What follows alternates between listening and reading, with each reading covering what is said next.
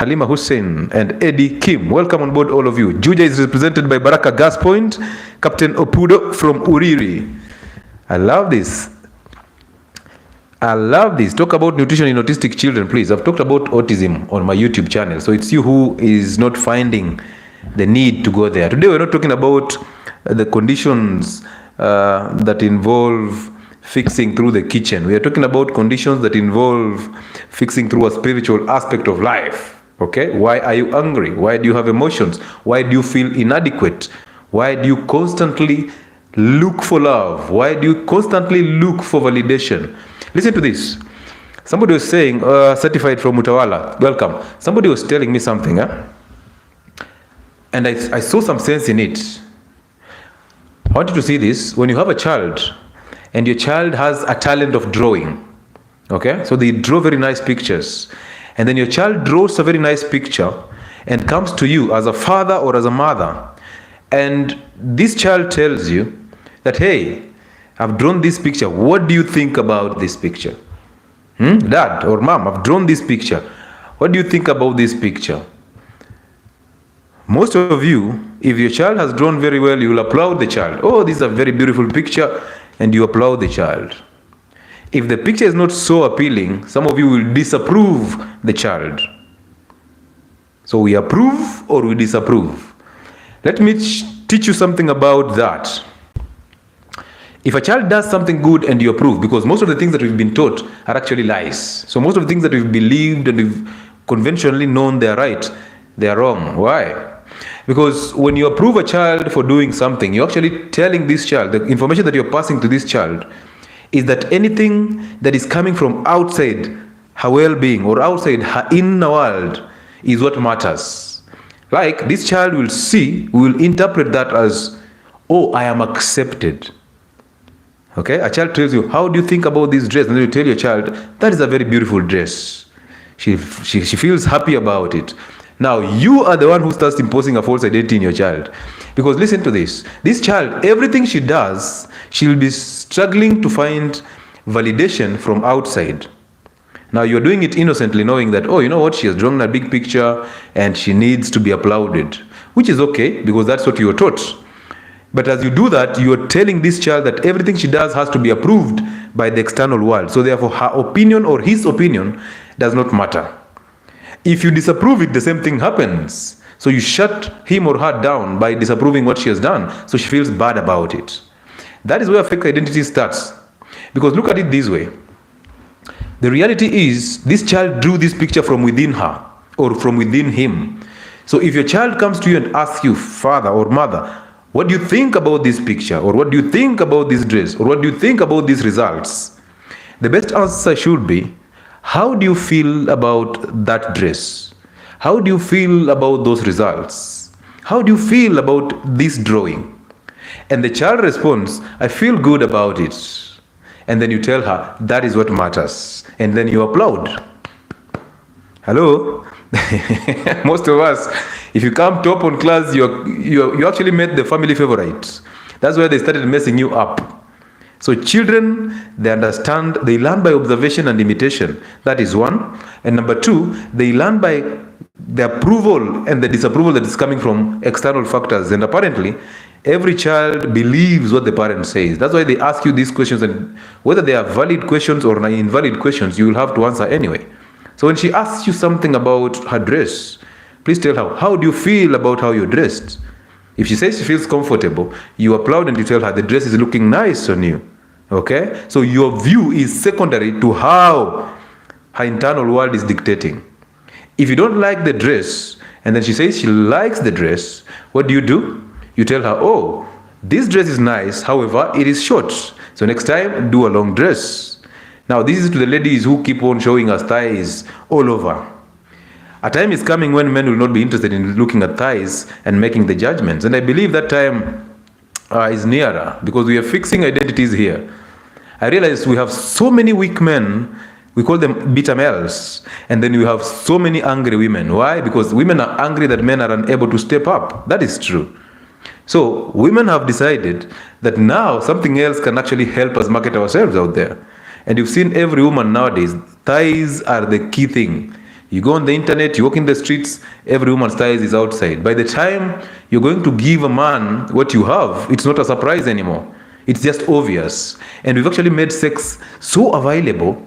I want you to see the life that goes on in campus. In campus, a guy breaks up with a lady now. The next minute, this guy is in bed with another lady, possibly a friend to this other lady. So therefore, sex has lost meaning. We don't have standards. We have all these false identities. And most men who do this, they hate their mothers so bad because their mothers input their identities in them. So there are many images of their own mothers.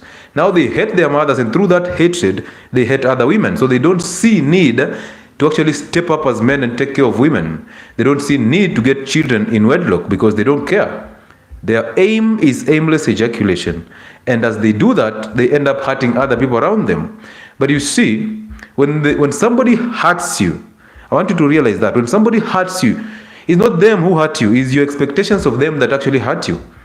And you need to understand that you are so complete and adequate that no words from anybody can hurt you. Imagine that. And most of us are in a realization journey. For example, all of you have always known. Good. What is that? Yeah? All of us have always known one way of leading a life. A way that we were taught by our parents, and then we went to schools, and schools brought us a different identity, and then we were introduced to church, and then churches taught us a different identity. Some of us even go to church without even a Bible. We have a Bible on the phone, an online Bible. And then for Christians, that is. And then you're relying on somebody to actually interpret the Bible for you. Don't you have a brain? You're relying for somebody to make 5 different chapters from different books in a Bible and then make a summary of that and then preach it to you. When you come out of that church, you're saying, oh, I am so blessed. So they have actually sold you hope. But realize this, even your pastor, when they get sick, they go to hospital. Even your pastor, when he gets sick, he goes, or she gets sick, she goes to hospital. So what makes you think that your sickness will be healed by somebody laying a hand on you? What makes you think that? What makes you think you're so weak that you need somebody else to intervene between you and God? What makes you think that? Yet even those people who are intervening for you, they don't even know God. They know about Him because they've read and studied theology. They've read in the Bible. They've been taught. But they don't know God. So most of us know about God because we've been taught about Him. We've read about Him. But we don't know God because we don't have an encounter with Him. We hate our biological fathers because we've been taught to hate our biological fathers by our mothers. And we think that hatred is going to make things better. So we keep on running away from things that have happened in our past. We think we are running away from things that happened in our past, and by default we end up attracting what we are running away from. That is one thing that is actually affecting most of us. And life is divided into only 2 things. There is just, when you get to the spiritual level of life, there are 2 things involved. One side is the good, one side is the evil. Now, you've heard about people saying, you know, this guy lives a double life and all that. Have you heard that? Do you know? Can somebody tell me what a double life is? Possibly you've heard somebody saying, oh, you know what? This guy lives a double life. Oh, this lady lives a double life. Oh, I can't live a double life. What do you think that double life is? Because ideally, there's only 2 sides of the story. You're either of the evil or the good. You're either doing the wrong or the right. So it's just that. Good, evil, wrong or right.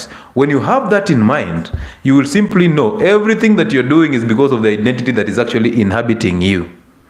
It's the identity that is inside you. Just know that. So anything you're doing is because either you identify with evil or you identify with right. So there's no way you can lead a double life. There is no way good and evil can sit in the same heart. And that's the reason why I tell you guys that love and anger cannot sit in the same heart. But radical Christians will come and tell me, you know what, I sin because I am human. So you're actually defending the nature of evil, your evilness, by saying, you know, I sin because I'm human. You know, the Bible says we are human. We are only human. Listen. Listen, choose you. Choose the side, because when you choose the side of evil, you inhabit the spirit of the devil or the spirit of bad. Therefore, that spirit reveals to you what to do. So remember, this body is just a vessel. It does what the spirit inside it dictates. So when you have the spirit of evil, Everything you do will be evil. There is no way you can have anger and love people. There is no way you can hate gay people and think and think you're a righteous person just because you hate gay people. Oh, I'm a Christian. The Bible says we should not be gay. We should not drink alcohol. There is no way you can hate them and still be good, because you cannot love people and hate others. You either love people or you hate people. It's that simple. And apparently that love that you always carry, or that hate that you always carry, is an illusion. It's all here. Most of us live in our imagination, living in the future, in the past that we don't even have, thinking we love people, but yet we cannot love anybody, because God is the one who dictates, who actually gives love to you. So how can you love people when you don't have love? When you don't know God? If you know God, you have love, you act according to love. When you know evil, you have evil, you act according to evil. So most of you say, oh, I love my husband. Oh, I love my wife. You don't. You're there for the ego. And that's why the topic of tonight is ego trip. It's a trip for the ego. Everybody's on an ego trip. I am a doctor. That's an ego trip. When you say I am a doctor, that's an ego trip. You're trying to make people around you to know that you have some status. So you're thinking, if they know I am a doctor, they'll give me the respect I want. Now that is you chasing the outside world. I want you to know the real world is inside of you. That is the real world. The real reality is inside you. There's nothing outside that concerns you. Remember last time we said you are in the world, but you are not of the world. You are in the world, but you're not of the world.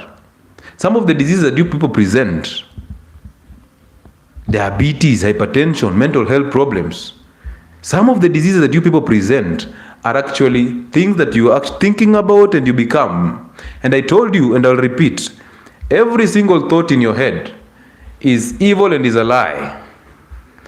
Apart from thoughts that are called practical thoughts, that we are having this conversation, that is a practical thought. That I'm building a house, practical thought. I'm driving to work, I'm fasting, that is a practical thought. But anything that involves the future or anything that involves the past, which actually 98% is what you're thinking of, is a problem. And you realize your father, the devil, lies to you through those thoughts. He excites you through those thoughts and then depresses you through the same thoughts. He lies to you that you are a very smart person, and then he tells you are the most dumb person. So he plays with the emotions all the time. Next time you're feeling good, next time you're feeling bad. And the real world is inside you. Nothing outside can actually upset you. That's why I tell you, if somebody gets you angry, it's none of their problem. They're just living their life. It is you who has anger inside of you. So you identify with the spirit of evil, you portray anger, and then somebody triggers that anger, and boom, you're bursting. And now you blame the same people for your own problems. Because if you have a spirit of anger, you don't have love. You're just thinking of destroying. Ron is saying, Mimi kwanza overthinking inanimaliza. Yes, this is the nature of evil. And you see, when the nature of evil is inside you, the devil lies to your mind that this is overthinking. Okay, this is overthinking. So the devil lies through your overthinking. That is you trying to sugarcoat the spirit of evil. And when you sugarcoat the spirit of evil, he lives, or it lives inside you. So you're actually making a home for it. It doesn't like you being stable, because I'm looking at people who, when somebody tells you you are beautiful, or you're strong, or your physique is good, you say thank you and you move. No emotions. When somebody says tells you you are so dumb, you're very ugly, you have a big nose, you already know that. You simply laugh and move, and you say thank you and move. And most of the things that we do, we need to be forgiven for. And these Identity Fridays are intentionally designed to fix human suffering through the spiritual aspect of life. Okay? Because most of us are just on an ego trip. People get married because they think in marriage they'll get access of sex, free and easy access to sex. They get there, they get access to sex, and now erectile dysfunction is coming in. And now they judge themselves for not having an erection. That becomes a problem. Okay? So people judge themselves, and you realize, my friends, sometimes I really wonder, why do we judge ourselves so harshly? Why do you think you judge yourself so harshly? Did you ever realize that most of the things that have happened, or most of the things that you have done, you are not responsible for them? Have you ever thought about it that way? That most of the things that you have done, whether good or bad, Most of the things that you've done, and if you get to that realization, you're good to go. Most of the things that you have done, whether good or bad,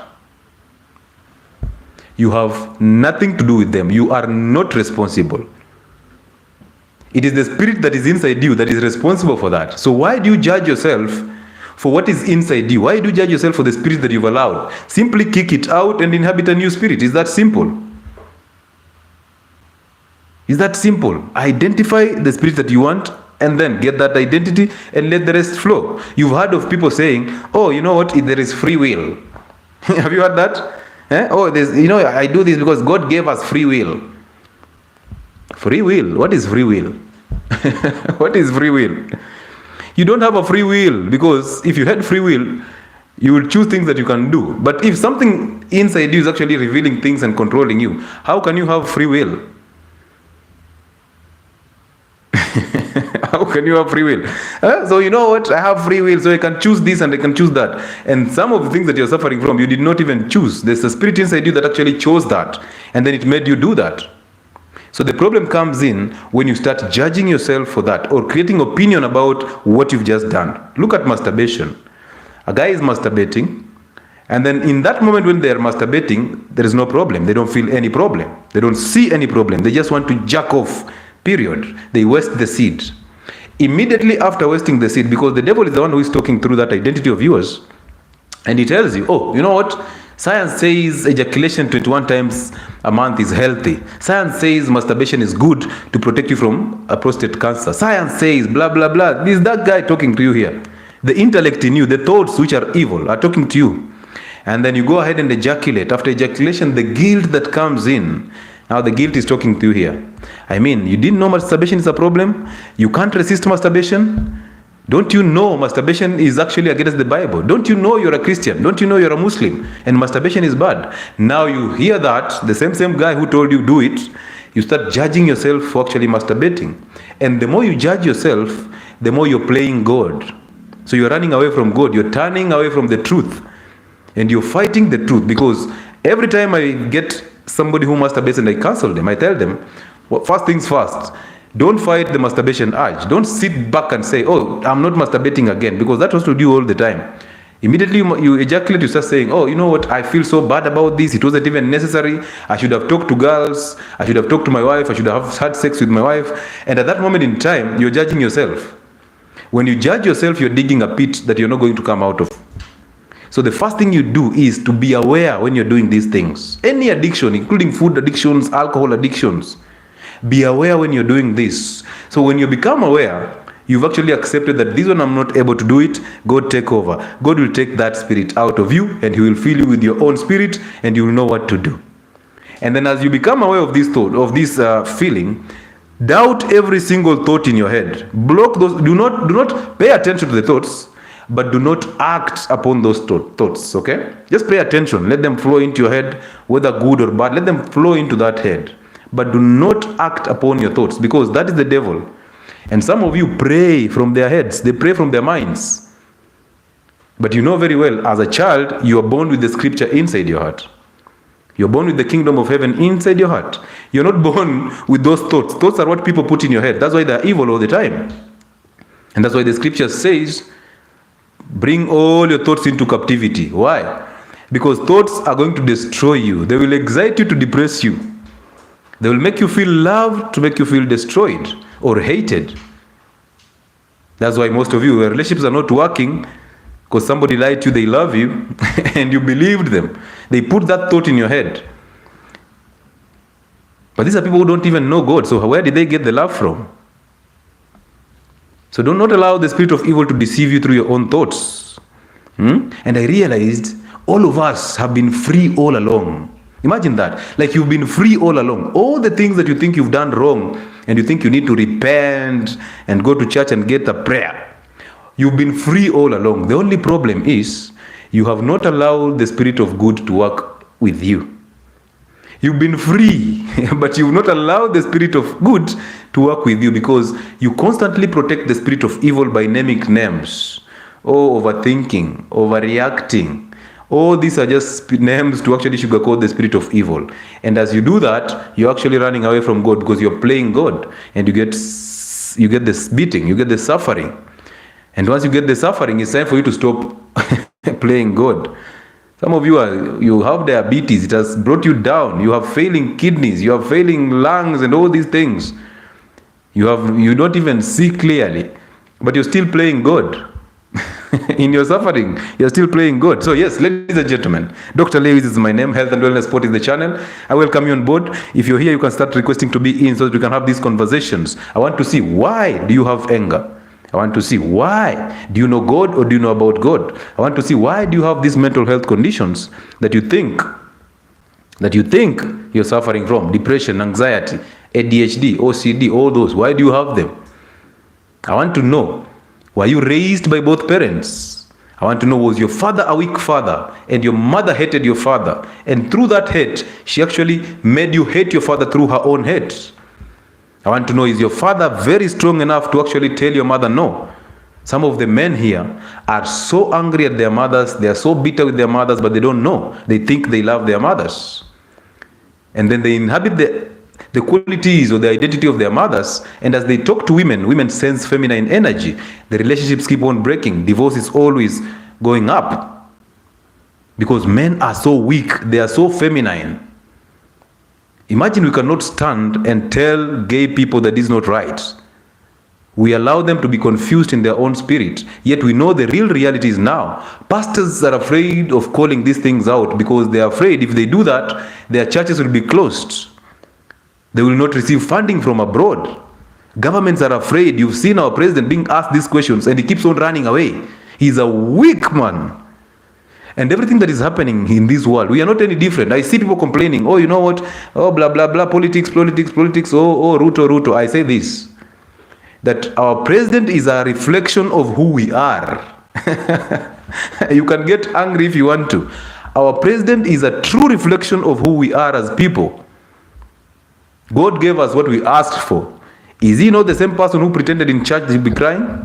And then we believed him because we are pushed by emotions. So we are of the nature of evil.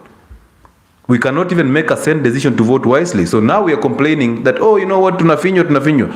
Unajifinya mwenyewe, he's just a true reflection of who you are. Look at you hating your neighbor and saying, oh, you know what, my president is a bad one. My president is actually oppressing me. Look at you oppressing other people. He is just a reflection of who we are as a nation. So now we think we are the better people because now you see ego trips. We think we are the better people and he's the worst. But we are the ones who voted him in. Didn't we know that he was part of the other government? That, oh, you know what, the other guy who wants the AU, whatever. The other guy, you know, he sacrifices our lives and all that. Are you any different? Are you any different as a woman who hates her children? You're looking at your children and wondering, where did I get this from? You're looking at your children and seeing their father who separated with you. You're seeing their father in them and you start hating and resenting them. You have 2 or 3 children and you still want to find love. Because you're thinking a man will come and complete you. And now this man comes in with rules because this man came in because he likes you. He doesn't like your children. But immediately you tell him, you know, I'm a single mother, so that you see if he can accept you. Ego trip. Then this guy paints you an image of being that father figure to your children. And immediately you give in 1, 2, and he's gone. He reverts back to being himself. Now he starts saying, oh, you changed. Look at boys nowadays chasing older women because they cannot work hard to provide. They want older women to provide for them. So they are constantly chasing their mothers because their mothers taught them how to provide. Okay? They knew from the word go that women are supposed to provide from their mothers. So now they are constantly running away from their mothers because they resent their mothers and they end up attracting older women who can actually provide for them. They are always following the theories of their mothers. And now they wonder, what is happening to me? What is happening to me? I'm always attracted to older women. Wow. Yeah, this topic is so vast. Every day I learn something new. Now I know what to tell a child when they ask whether they are smart. Mudhoni Kariuki. Yes. If they ask you a question, do not validate them or disapprove them. Ask them what is their view. Because if you validate them, they will always in their life, constantly they will be seeking for validation from outside.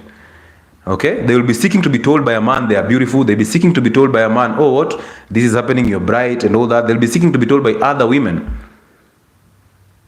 how bright they are, even though they are the dumbest, but they'll be seeking validation from outside. This is the reason why most women and most men nowadays is all about the internet. You are so lonely and empty from inside you. You have that void of a father figure to an extent that everything you do is seeking validation from outside. So your naked thighs are outside. Your naked pregnancy is outside. Everything about you is outside. So we know you inside out. Everything is on the internet. Some of you ladies who are on these lives, you hate your mother so much, you end up becoming just the same way, the same person you hate. And now you're attracting women. And you're wondering, how am I here? And it has become so normal that ladies between the age of 19 all the way to about 27 are lesbians. That they have to do all this sex with men, with women, others are bisexual, men and women at the same time. And then when they realize the woman instinct is catching up with them, now they want to settle. You've seen that? In their 30s now, they've realized, hey, I've made the wrong decision. I've been doing all these things. Now they come and say, oh, you know what? God forgives in the name of Jesus. Yeah? And now they want to settle with the keyboardists in church. And now they want to show you, you know what, I am actually more experienced. I've gone through all these things and I can handle it. Now I'm coming to you, Papa, take me the way I am. And that's ego trip, because if you hear somebody telling you, take me the way I am, I mean, who am I to take you the way you are? This is a normal thing. You know what, take me the way I am. He said the man takes me the way I am, or they leave it. My friend, you'll be taken the way you are and you will be left the way you are. Yeah? You will come and go the same way. The same entrance, the same exit. I'm telling you that because when you say that, you are actually showing us how weak you are, how desperate you are. The only thing you need to do is to fix yourself. Go find an identity by forgiving your mother, because she put this false identity inside you. Forgive her to overcome her. Face your father because he was a weak father, so he actually made your mother impose. He allowed this imposing of identities, false identities in you. Fathers, the first role of a father is to protect the children from emotions that are coming from mothers. That's why women have no problem with submitting to a strong man. They don't care about their careers and profession. They will care about taking care of this man and the children. So women have no problem with submitting and aligning to a strong man. But look at the marriages now. 70 to 80% of the marriages, we just have males and we have females. And now we have males who cannot even provide, and now women have turned them into housewives. Women have turned the males in the marriages into housewives. And we said the other day, now men have man boobs. Of course, they're supposed to be turned into housewives. So men have man boobs. And now the woman leaves you home with the children to take care of the children. And apparently, this child of you exposes you because you put them on the chest to sleep and the child starts suckling your boobs or your breasts or your man boobs. Imagine, innocently. You put your daughter here just trying to relax, the daughter starts suckling your boobs. And now you're crazy, my friend, because you're a housewife.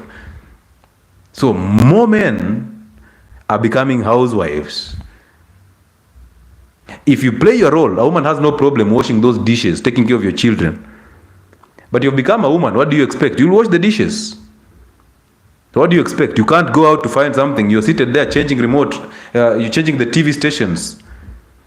There's no difference between you and that child that you're suckling your boobs or your man boobs. So what do you expect? And women are becoming angry at men who are weak. And that's the problem. We were set up by our parents because our parents were also weak. Our fathers were weak beta males. And then our mothers became angry at them. So they started trying to control them. And women have two ways to control a man. One is sex. Every time a man ejaculates, you lose power. That's how a woman controls you. And number two is children. When a woman realizes she cannot control you through sex, she has to turn the children against you so that you can actually give her the attention. And that is an innocent move. It's not the woman. It is the spirit that inhabits her that is actually controlling and revealing things to her. And that's why she feels so inadequate. She has to find security. Oh, you know what? I am looking for security. I'm looking for a guy who can compliment me. I'm looking for a man who will take care of me just the way I am. You'll just attract who you are. Anyway, ladies and gentlemen, if you're on TikTok, request to be in. I want to see why you are angry. Why are you upset? Why do you think you're special and other people are just supposed to submit and worship you? Why do you think that? Daktari, kunywa maji kwanza. Ai.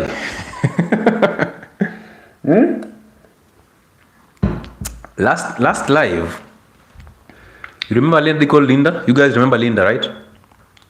So the last live, we demonstrated how mothers hate their children with the hate that is between them and the fathers of these children, because they see the fathers of these children in them. Imagine a mother trying to tell the daughter that you and your father are having sex.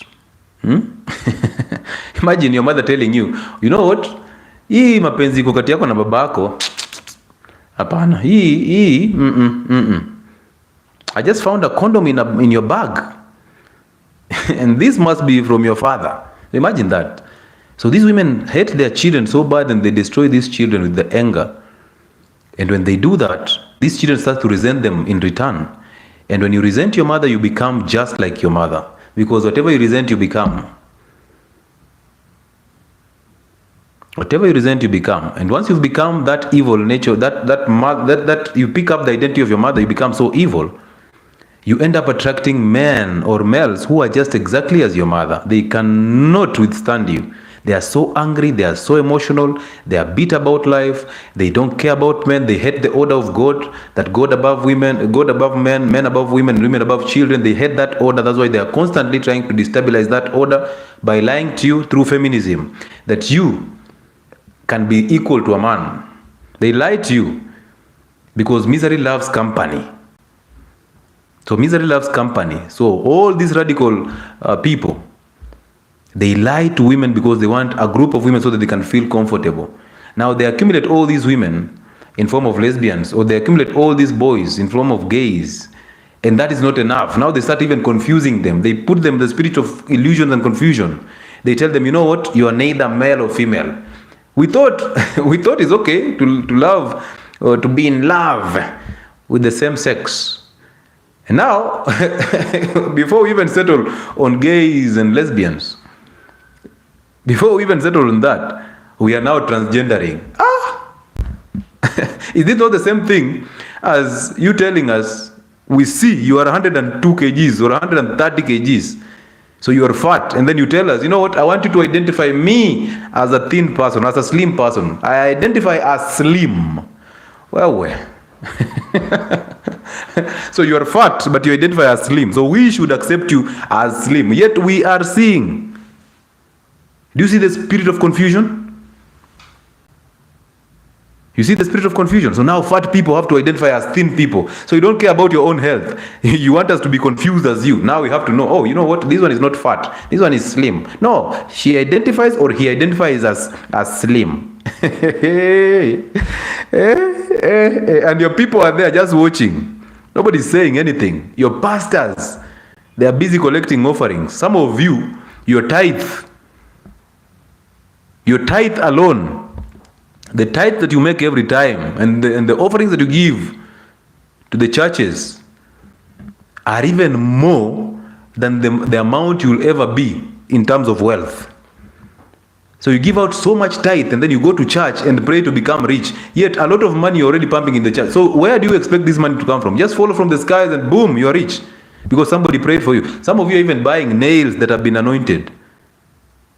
A nail that has been put in olive oil, and then you're told this is anointed, this has your this has your nyota.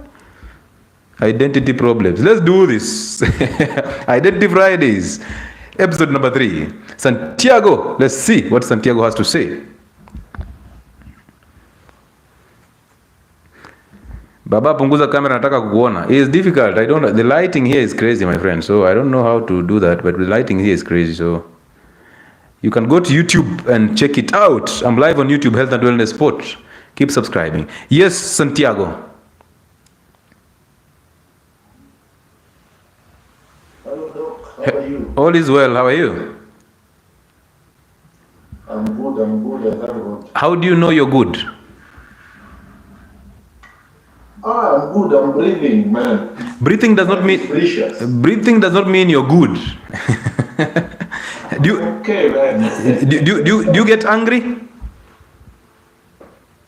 Hungry or angry? Angry. Do you have anger? Anger. I'll say yes. Oh, so how would you have anger and still identify with good? Okay. It depends. It depends. With what? You see, it's human nature. It's human nature mtu kukasirika. There we go. There we go. Sugarcoating the spirit of evil by saying it's human nature. How about those humans who don't have anger at all? Really, do they exist? I do. Wow. Maybe teachers on how to counter that. That's why we do Identity Fridays. That's why we do Identity Fridays. So let me ask you a question. Okay. Yes. Would you say you have your own identity? Yeah. I have my own identity. Have you ever forgiven your mother for lashing her emotions in you? My mother. Yes. Do you have? What is the relationship between you and your mother? Unfortunately, she's not alive. How about your father? We are good. We are good. What do you mean when you say we are good? We are okay. And what is that? Yeah? Are you trying to say the relationship in between two of us, or what do you mean? No, I'm trying to say it's very hard for you to think that you're good when you have never forgiven your father and gotten your identity over here from him. Have you ever overcome your father? To overcome him? Yes. Him? No, I cannot go beyond that. Have you ever faced your father and told him? My father and me being his son. Are you married? Yes.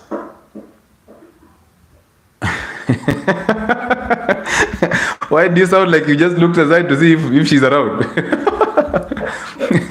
So I have a question. Are you married or have you married? Which is which?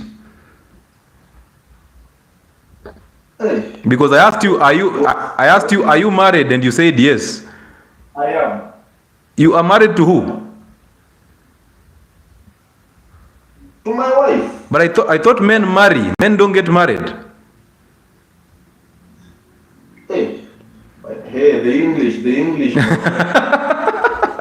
It's not about the English, it's the reality. So you see, you're actually accepting the nature of evil, that you're married and you're married to your wife. So that means the wife is the husband. No, I'm not.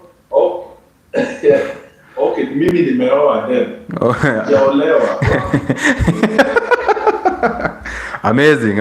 Anyway, the essence of this is the reason why I do this, because let me just put you to term. The reason why I do Identity Fridays is because most of us get married or get to marry without having to get an identity. And what do I mean by that? I mean, you see, when you're growing up, were you raised by both parents, or your mother died before you knew yourself?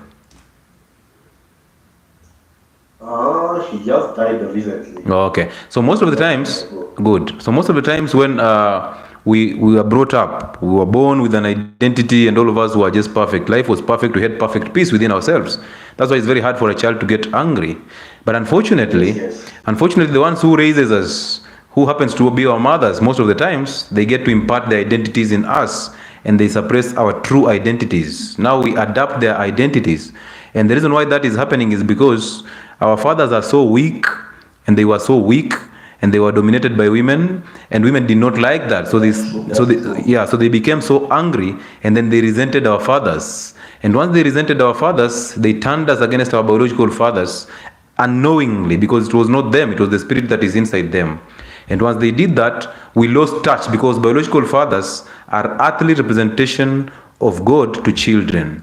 So once a woman turns these children against their biological fathers, these children get to have a wrong identity, they resent their mothers, and they become just like their mothers, because whoever you resent, you become. And now they end up attracting their mothers as their wives. Yes, yes. Yeah, so now they become... I have a question though. Go ahead. Okay, sometimes I'm like, when I try to comprehend that Yes. deep, I tend to think that men are fully responsible Okay. for what is going on in this world. Very true. Yeah, because I feel that a man is totally responsible. There's no excuse for that. But did you know, the way when I started this live, I said, most of us, the things that we've done, whether good or evil, we are not responsible for what we've done. It is the spirit that inhabits us that is actually controlling us. So we don't have any power to control anything. There is a spirit inside you that you choose, either the right or evil. So you have the evil spirit inside you, it controls you, and those are the outcomes. So as much as you think men have the power to change those things, they don't have the power. They're just vessels that the spirit that is inhabiting them uses. Now, how are we going to deal with such spirits? You have to forgive and overcome those who put that spirit in you. Hey, For example, there are people who put the spirit. yes. to us. For example, before you got to marry, you would have actually faced your mother to overcome her, so that you release that false identity of her from you. And then you go and forgive your father for allowing your mother to put that spirit of anger inside you. And through that, you get your own identity. Now you can actually see things in a clear picture. And since your mother is not there, you should now go back to your father and forgive your father for actually becoming weak and allowing your mother to input the spirit of anger in you.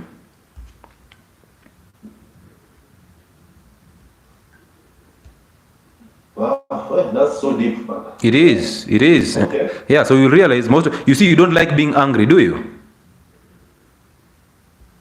I don't like. Yes. It's an abnormal feeling. Exactly, because anger is the nature of evil.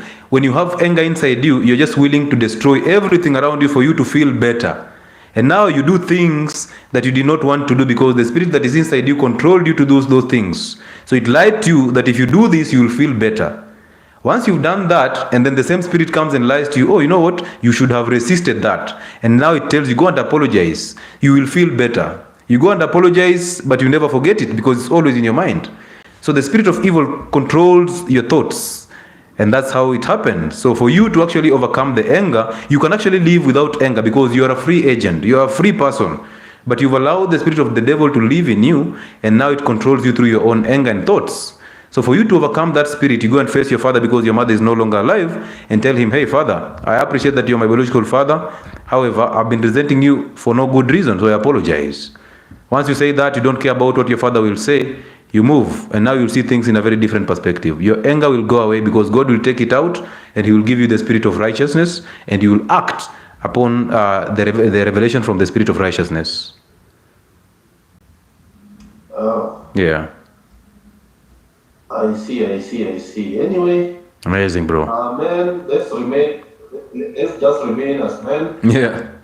And take responsibility no matter what. Yeah. Because we are the immediate representation of our Creator. Very true. That's my view. Very true. Yeah. Amazing, Santiago. Thank you so much. Amazing. I appreciate you, bro. Yeah. So the moment you realize that anything that is happening to you is not you, it is a spirit inside you, that is the moment you get your realization. And I'm telling you this for free. Some of you are in a relationship that you're so angry, you're wondering, how did I end up with this one? Which means you are unable to even look in the mirror and take a true representation of who you are, because you attract who you are. You're looking in the mirror, wondering, how did I attract this one? This one, some of the women are cooking in the kitchen and they're thinking, if I get a chance to put some poison in this one, I just destroy this one. So it's the spirit of anger inside us, and that anger came from somewhere. You are not born with anger. You're not born to suffer. Okay? Once you realize you have to drop that spirit, you have to overcome it. And that is what Christians call baptism. Baptism is not being sunk in water and coming up. No. Baptism is actually overcoming the spirit of evil, dying in that spirit of evil and resurrecting in the spirit of righteousness. What about the emotional husbands who were brought up by the single mother and they don't know who their father is? This is Martha Washira. Now listen, mothers have a way of turning children against their biological fathers. You see, when you say, if any case, I don't like this word called single mothers, because you see, the point is their mothers. It doesn't matter. What is a single mother? You can't be a single mother. There's no way you can be a single mother. Somebody made you pregnant. So you're not a single mother, you're a mother. So stop making these words a single mother to make sure that women feel good in their own position of being, getting children out of wedlock. There's nothing like a single mother. Just the same way there's nothing like a single father, because you cannot get children without their father, and you cannot get children without their mothers. So you're either a father or a mother, period. So single mother is again another beautiful name to just sugarcoat the spirit of evil. So if a child does not know their fathers, there must be a reason. One, either the mothers has actually turned them against their fathers and made them hate their fathers through their own hatred. So these mothers have remolded these children in their own image. And that's what exactly happens with these children who are raised by mothers. Sons who are raised by mothers are so emotional because in their world, they only know the emotional side of the story. So these emotions, they don't like it. Men don't like being emotional. But because you are raised by somebody who is emotional and nobody was there to protect you from these emotions, you end up becoming so emotional. And you end up running away from your mother. And apparently, you end up attracting a woman who is exactly just like your mother. Angry, depressed, overthinking, irresponsible, not a good mother. Okay? And she will not respect you because you will suffer, because you kept on running away from from your mother, but you ended up attracting your mother. So you become so angry. That's the role of the fathers, to actually protect their children from the emotions and anger that is coming from their mothers. And once you have a stoic father who understands God and who understands the order of God, they will actually protect these children. But because the fathers are absent and they were weak, they were interested in ejaculation, so they came and ejaculated and disappeared. They were weak. So they set you up for failure. They allowed the spirit of evil to dominate your mother, and your mother put these anger and emotions in you. So you have to face your mother and forgive her. And first of all, you ask her, where is my father? Because every child has that longing of a biological father inside their hearts. They have that longing. They will never accept a stepfather as their fathers, because they know inside them they don't have a relationship. Whether their stepfather is a good person or not, they don't have a relationship.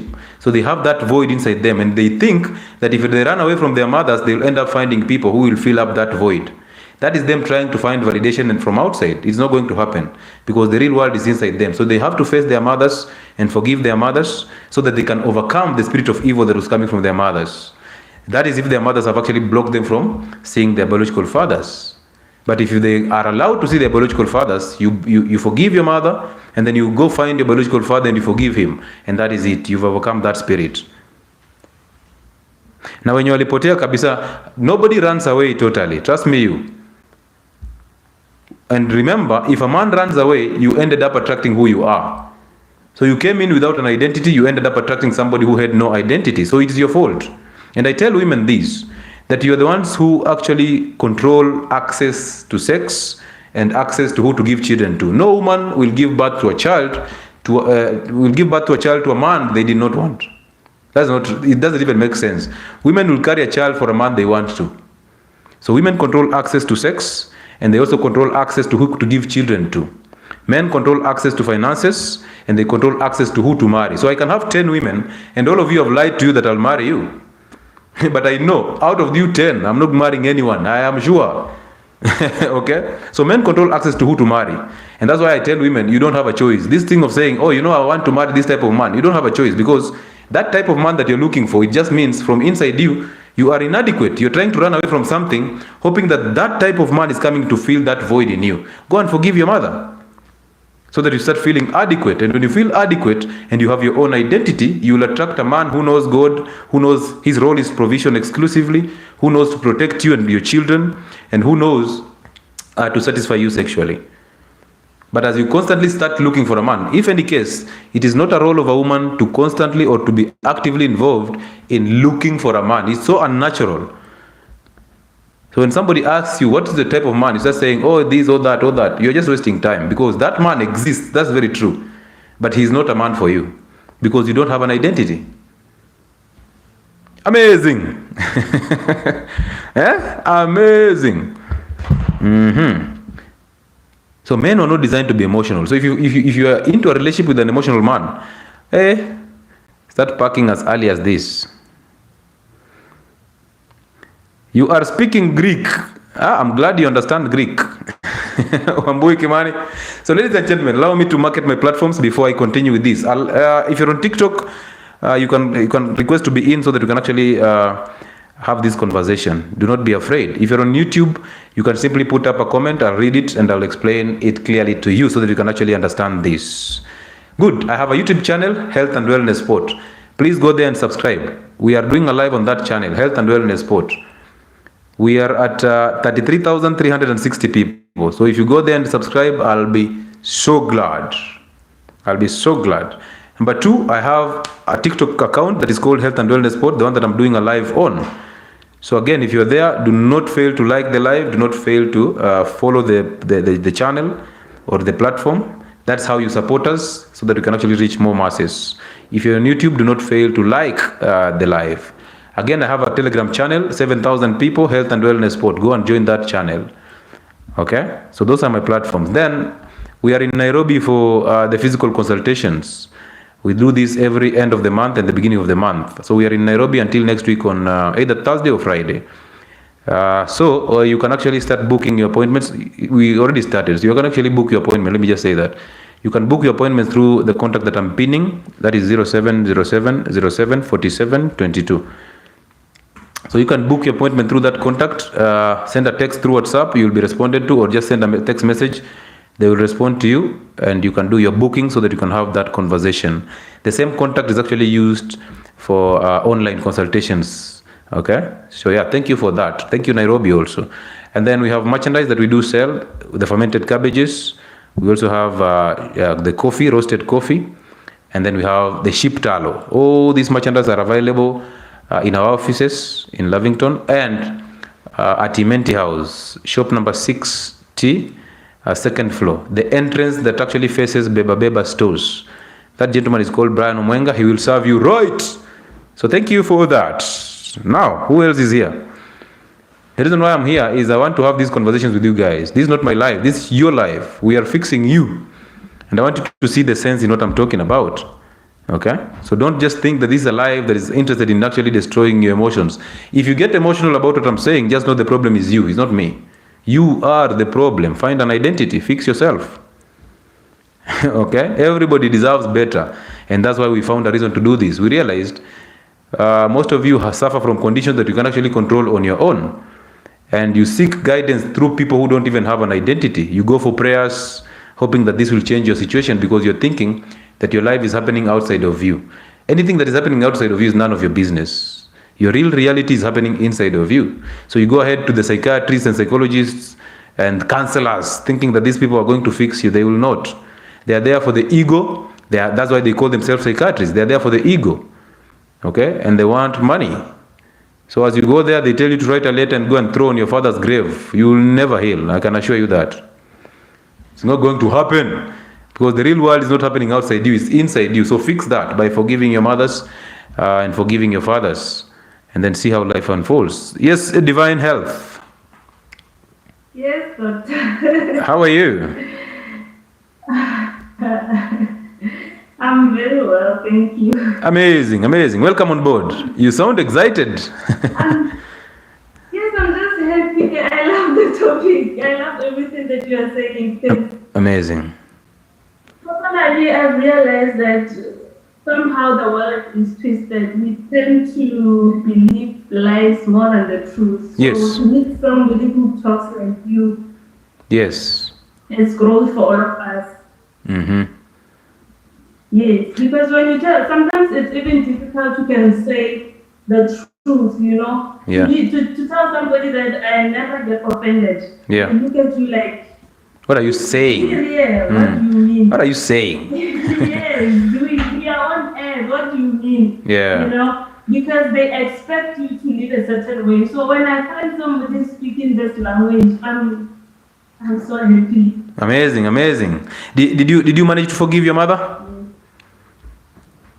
Yes. Perfect, yes. perfect. Perfect. Because most of the people are suffering from things that they can actually control. Because I realized most men are so afraid of their mothers because they resent their mothers. So they can't even tell a woman no. They can't even say no to a woman because they are afraid that if they tell a woman no, they will be left. This woman will leave me. Oh, you know, I love her so much. But you don't know God. How would you love somebody when you don't know God? It doesn't make sense. So you're afraid of losing this woman because from within you, you feel so insecure, you feel so weak, and you think that this woman is coming to make you complete. And then you end up hurting these women for no good reason. So that's the reason why we're doing this. So thank you. Yes, with me, I've realized like that peace is everything. Yeah. With me, I was single, I think, all my youth life. I started dating around 30. Yeah. So I was so at peace that I didn't know how people are being attracted to men, you know, because people would say he's handsome, so I love him. Yeah. Or he has this, that is why I love him. So I would always think maybe there's something wrong with me because with me I don't know what to say because people say, why are you rejecting men? It's like you don't know what you want. You know, people look at you as if like you are strange, like you are this person who doesn't know what you really want. Because I mean, by this time you are supposed to be there, or you are supposed to be married, you are supposed to have family. They have this perfect life that they think of you that by this year, I think you have a problem. Maybe you are not straight. Maybe. Yeah. Maybe there's something wrong with you. But you see. You are still getting yourself. Yeah. And you are so peaceful in your world. And you are not fulfilled by everything that is coming from outside. Yeah, because you meet this man. Yeah. Because like, this is what I've been waiting for, but I didn't know what I was waiting for. because the real reality is happening inside you. The real reality is happening inside you. There's nothing that is happening outside you that should matter to you. And that's the challenge that people do. And most married women and men are so angry. They are so depressed. And the reason why that is happening is because they resent these women and the men that they are married to.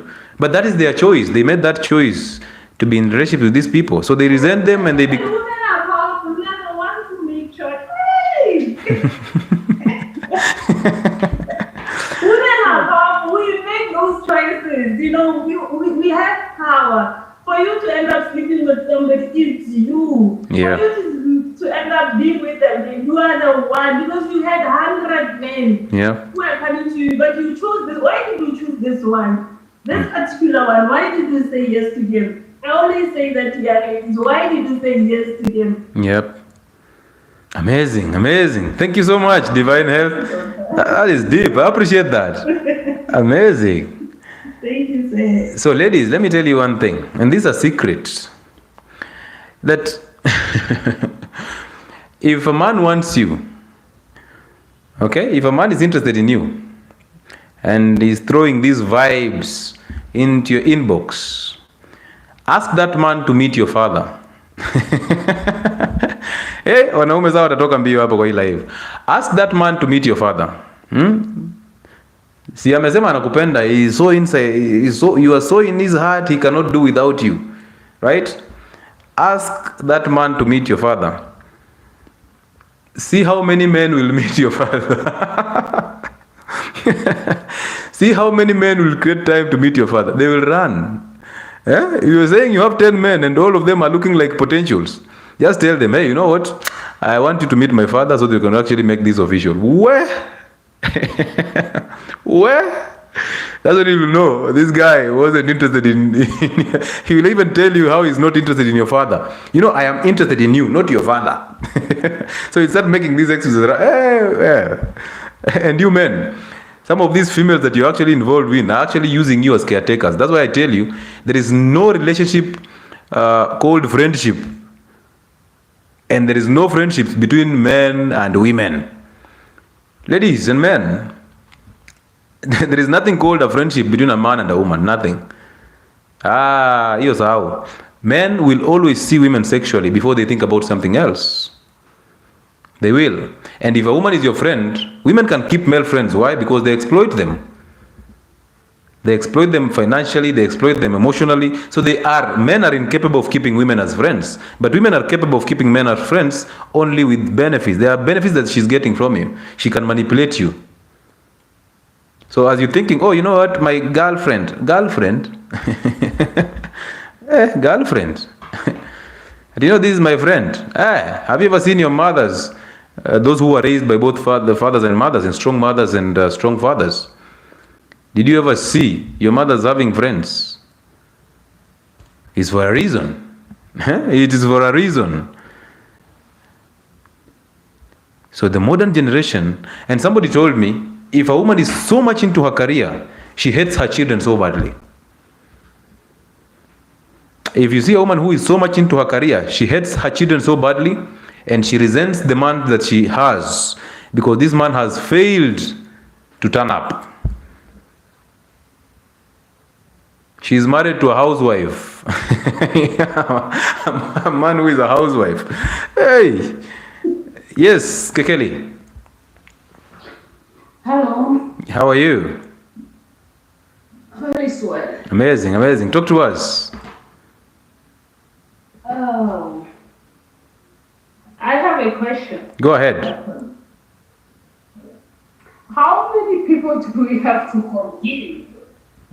Okay. Or ask for forgiveness for resenting them? Is that Because, some of us, maybe we don't have the chance to grow up with our biological father. yes? For example, maybe we grew up with our brothers who are father figure for us. Maybe they raise us up, and we end up being like them. Okay. Not in a bad way though, but I just find that it's hard to approach those persons if they haven't done anything like openly bad to you, like people who have been maltreated, but you still harbor their identity somehow. But how would you know what is bad and what is right, yet you don't have an identity? You have all these false identities. This is it. It's because you don't have the identity, like everything is like a salad, a cocktail. But yeah, I understand you. But you see, identity is not sought from just everybody. Identity is found from you reconnecting with your biological father. So if you had your brother, your elder brother, playing the father role, where was the father? Right? Pardon? He's dead. Yeah, if the father is dead, now that becomes even easier for you, because you simply forgive your mother, you overcome your mother, and that's it. Because identity is not sought from your brother, unless your father was dead and your mother was dead, and you end up being raised by your brother. But identity is sought by reconnecting with the spirit of biological fathers, not brothers. Okay. Yeah, not even exes, because I would have told women to go and forgive every single ex, including those guys that they had one night stand with.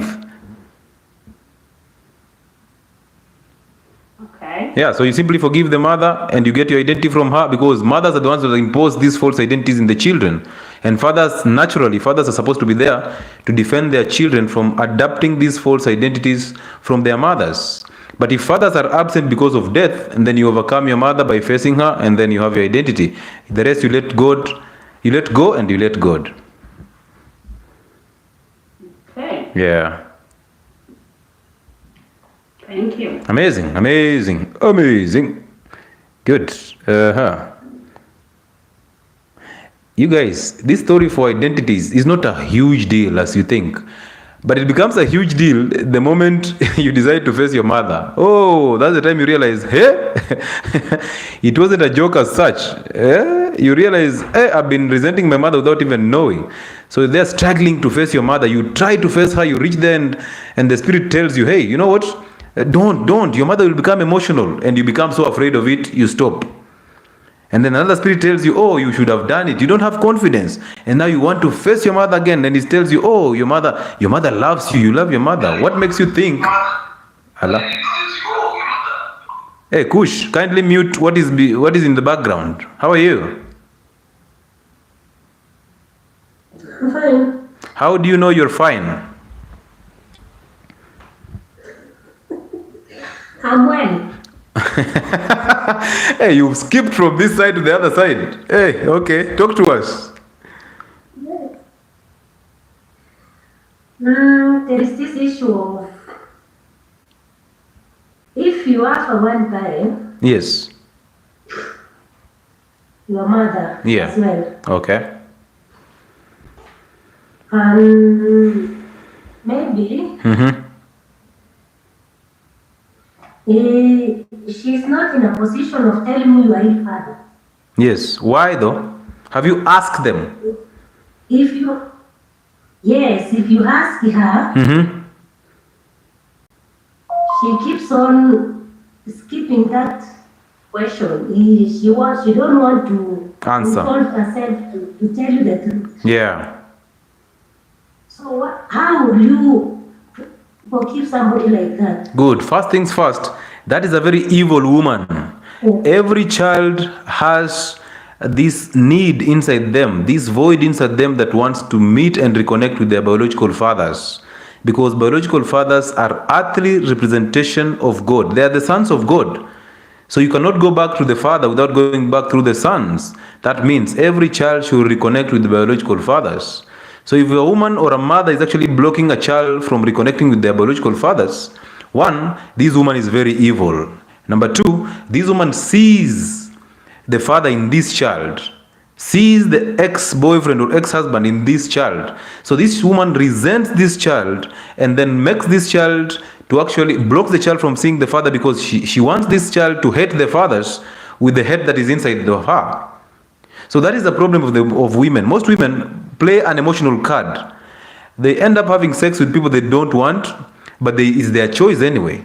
So they end up having or giving access to their most valuable asset to a man, which is the womb. So they give a man a womb, rent that womb for 9 months, and then they give birth. And when things go sour, they start blaming the men. And that's why they turn children against their biological fathers. But when they do that, they remold these children into their own identities. And these children end up becoming irritable, they become angry, they resent their mothers. And once they resent their mothers, if she's a daughter, she resents her mother, she will end up attracting a man who is exactly as her mother. Why? Because whoever you resent, you become. So for you to get that false identity off your chest and get your real identity, you forgive your mother for blocking you from seeing your biological father, and you also forgive her for actually remodeling you into her own image.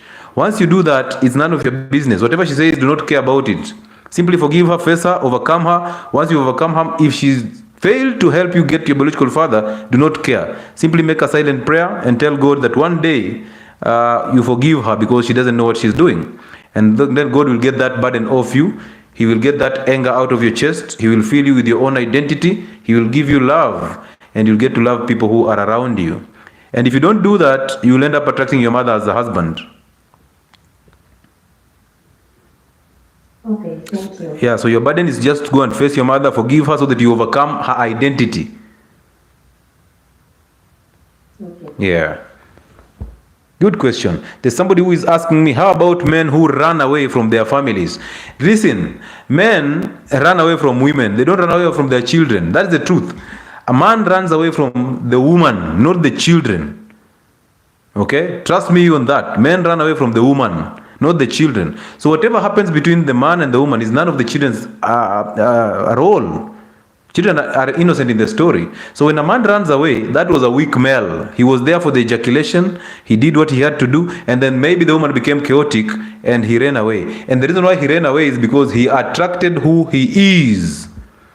So he's running away thinking that he's going to solve his problems. In real sense, he's going to get into more problems. Because he was set up by his parents who did not have an identity.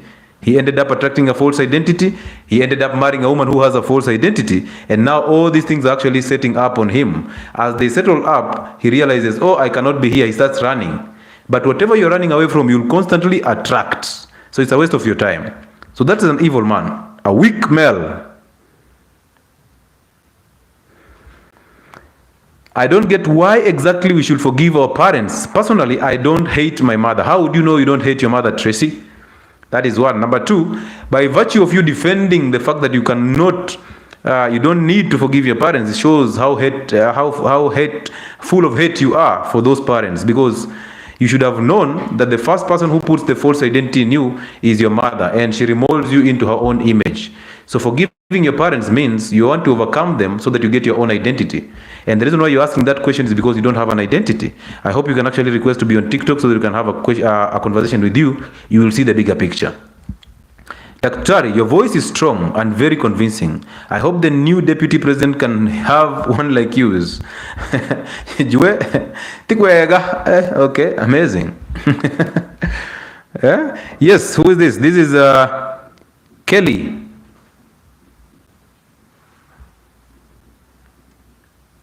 Kelly, are you there? Kelly, why would you request and go silent? Are you there? Or you're in Katonzweni, where the internet is just messed up. Did your governor eat the internet? Yeah? Your governor ate the internet. Yeah. African rural girl in America. Daktari, I am so angry with my mother, who is babying my 30-year-old last-born son. It's hard to forgive because I feel she should be a mom and teach this boy to go get himself a job. Hey, listen to that statement. Now, listen keenly. I'm going to read it slowly so that you can actually get it.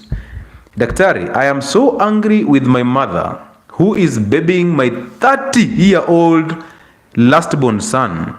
It is hard to forgive because I feel she should be a mom and teach this boy to go get himself a job.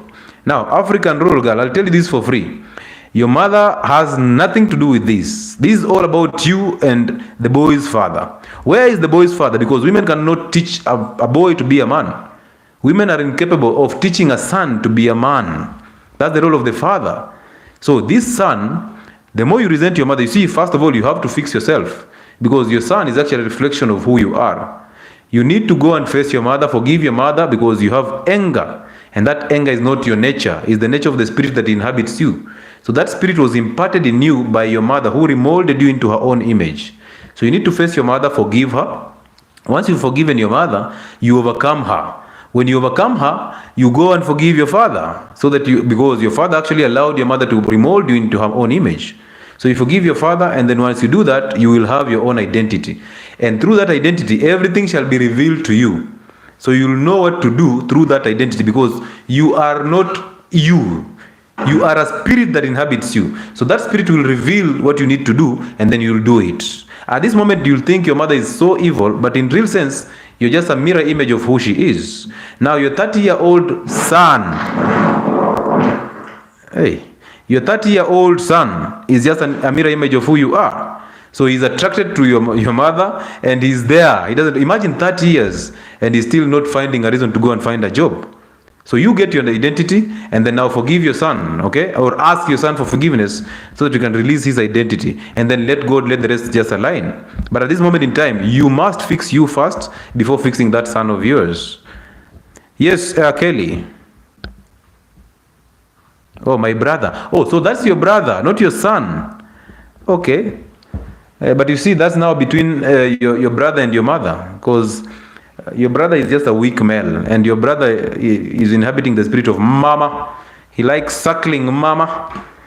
So he has to move out and go find a job. And your mother cannot do that. It's your father who will actually come in and actually rectify that. But your brother should be taught how to forgive your mother, because at this moment in time, all he does is what your mother does. That's why he's attracted to mama. Yes, Kelly.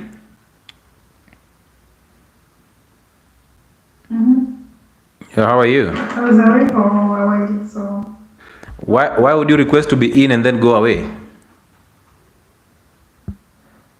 I did request.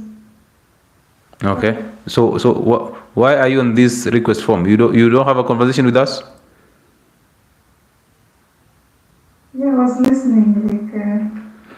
Okay.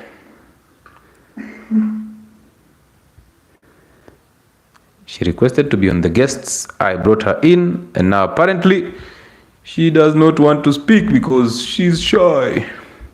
Shyness, anger, the need to feel right, the need to seek validation, overthinking, overreacting, all those are the natures of evil. So why are you overreacting? Why are you overthinking? Why are you angry? Why do you think you love people, yet you are incapable of loving people? Yes, Ayan. Good evening, doctor. Good evening, how are you? I'm good, thank you. How do you know you are good? Actually, I'm not good. How do you know you're not good? Because this conversation is triggering me right now. Oh, okay. So allow me to ask you, who has control over your emotions? Myself, So how is this conversation triggering you when you have control over your own emotions? because I'm trying to, I don't understand. How do you overcome and forgive your mother? Yes. This is what is confusing me. Okay. And you're saying it, but I'm not getting it. Where are you talking to us from? I'm in UAE. Okay. Were you raised by both parents? No. Who raised you?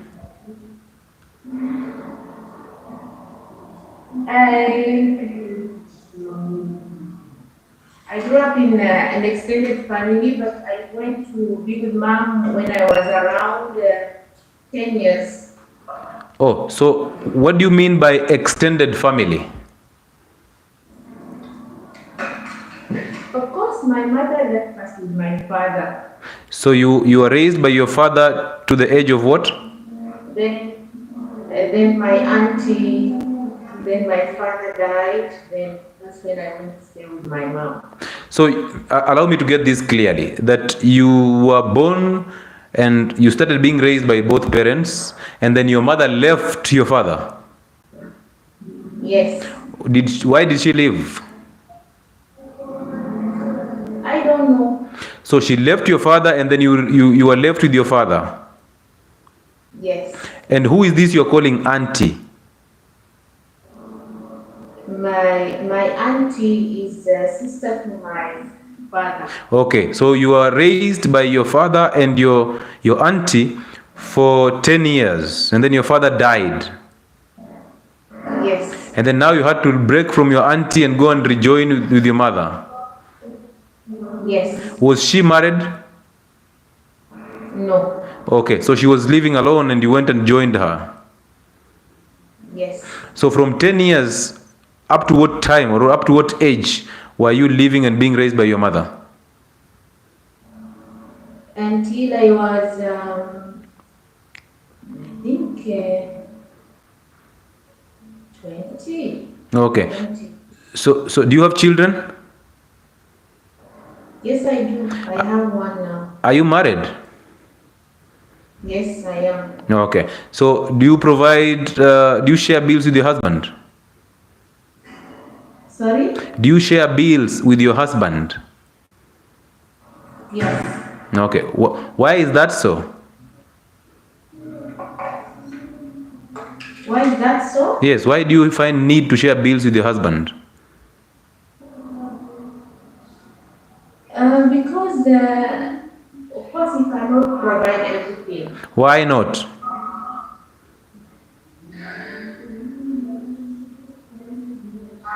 It will be overwhelming for him. How do you know that? Did he tell you that? Yes. Oh, so he told you if you don't work and bring in something, you guys will have problems because he will not be able. Tell me if you don't work. Okay. Phone you working. He found you working. Yes. Okay. And did you know he's unable to provide for you exclusively, even when he found you working? Yes. And then what happened along the way? No. I knew he cannot provide everything. So you knew it from the word go, and you still got married to him. Yes. Oh, supportive wife, I see. Anyway, this is the point. The reason why you should forgive your mother is because when you moved from the home of your father and then you came and stayed with your mother, at some point, of course, she imposed her identity in you because she wanted you to live in a certain way. She molded you into her own self, a mini her. So she wanted you to live a life in a certain direction. She wanted you to do things that will actually make you avoid the mistakes that she did. So she molded you into a mini her. And that is how she imposed her identity in you. Do you have anger? Yes. And do you like being angry? I don't. And where do you think that anger came from? Actually, I don't know because after getting angry, Yes. I don't want to get angry. Mm-hmm. After I get angry, I feel bad. I feel like I should have avoided being angry because if I get angry, I destroy everything. Good. Before I get angry, it's like I've given some Ladies and gentlemen, more and more chances. Like I first keep it in, then when I explode, it's massive. okay. And what makes you angry the most?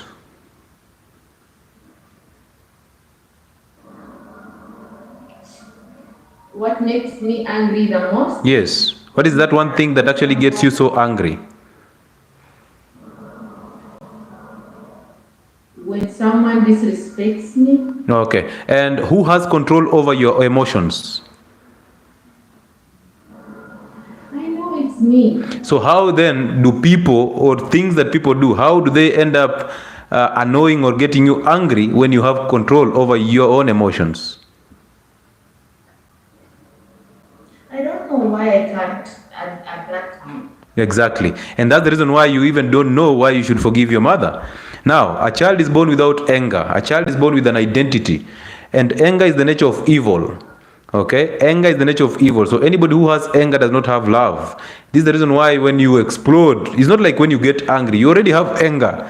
It's only that when somebody gives you a chance to express your anger, you explode and you destroy everything. Because at that moment in time, all you want is you want to feel better. You think by exploding, you will feel better. And then you explode because the devil lied to you through your own thoughts that, hey, explode and make them feel that you are the one who is right. Once you explode, the same devil comes and speaks to your thoughts and tells you, hey, you know what?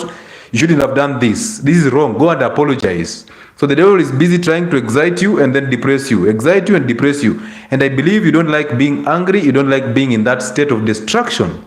So at this moment in time, a heart that has anger does not have a love. So you don't have love. You don't even know how to love your child. And now you're putting that identity in your child. This is coming from your mother because women are emotional creatures. And this is not them. This is the spirit that inhabits them. The spirit of evil that has built a home in these women. So it makes sure it plays with the emotions and they will never be in a stable way. So sometimes, and actually most of the times, mothers tend to turn children against their biological fathers. The beauty about your story is your father passed on. But you see, your mother ran away from your father. So your mother attracted a man who got her pregnant and she started resenting the man because she realized this was not my choice. But she gave her womb. So this was actually her choice. This was a mirror reflection of who she is. And she was messed up by her parents.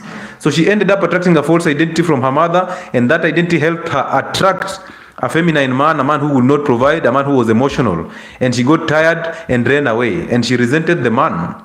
And now, when she ran away, you are left in between hanging because a child is better when she's raised or he's raised by both parents. So you became unstable because your father was weak and your mother was angry.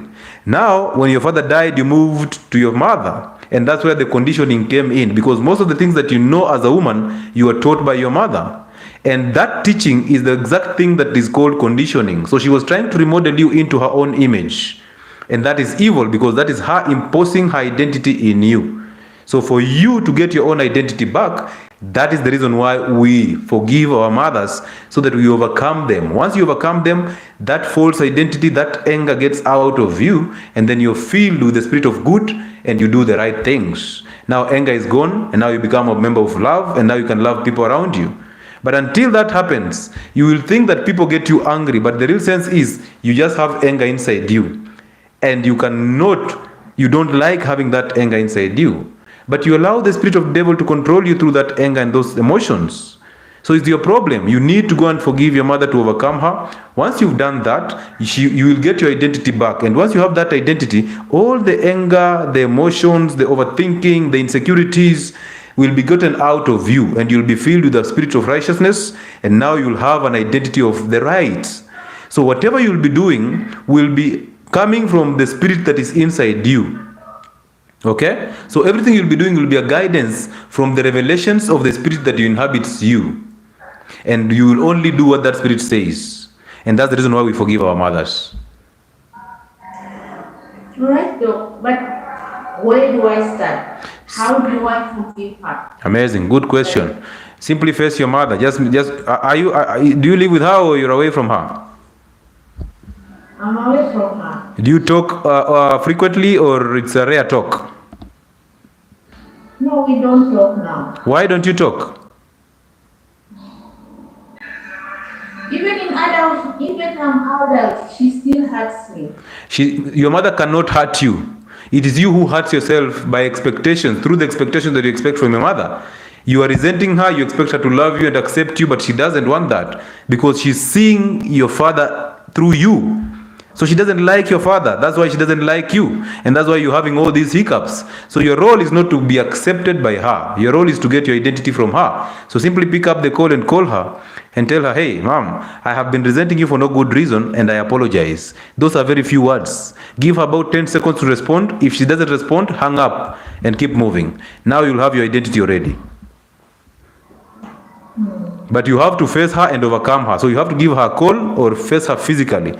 And then you tell her, hey, I realized I've been resenting you for no good reason. I apologize.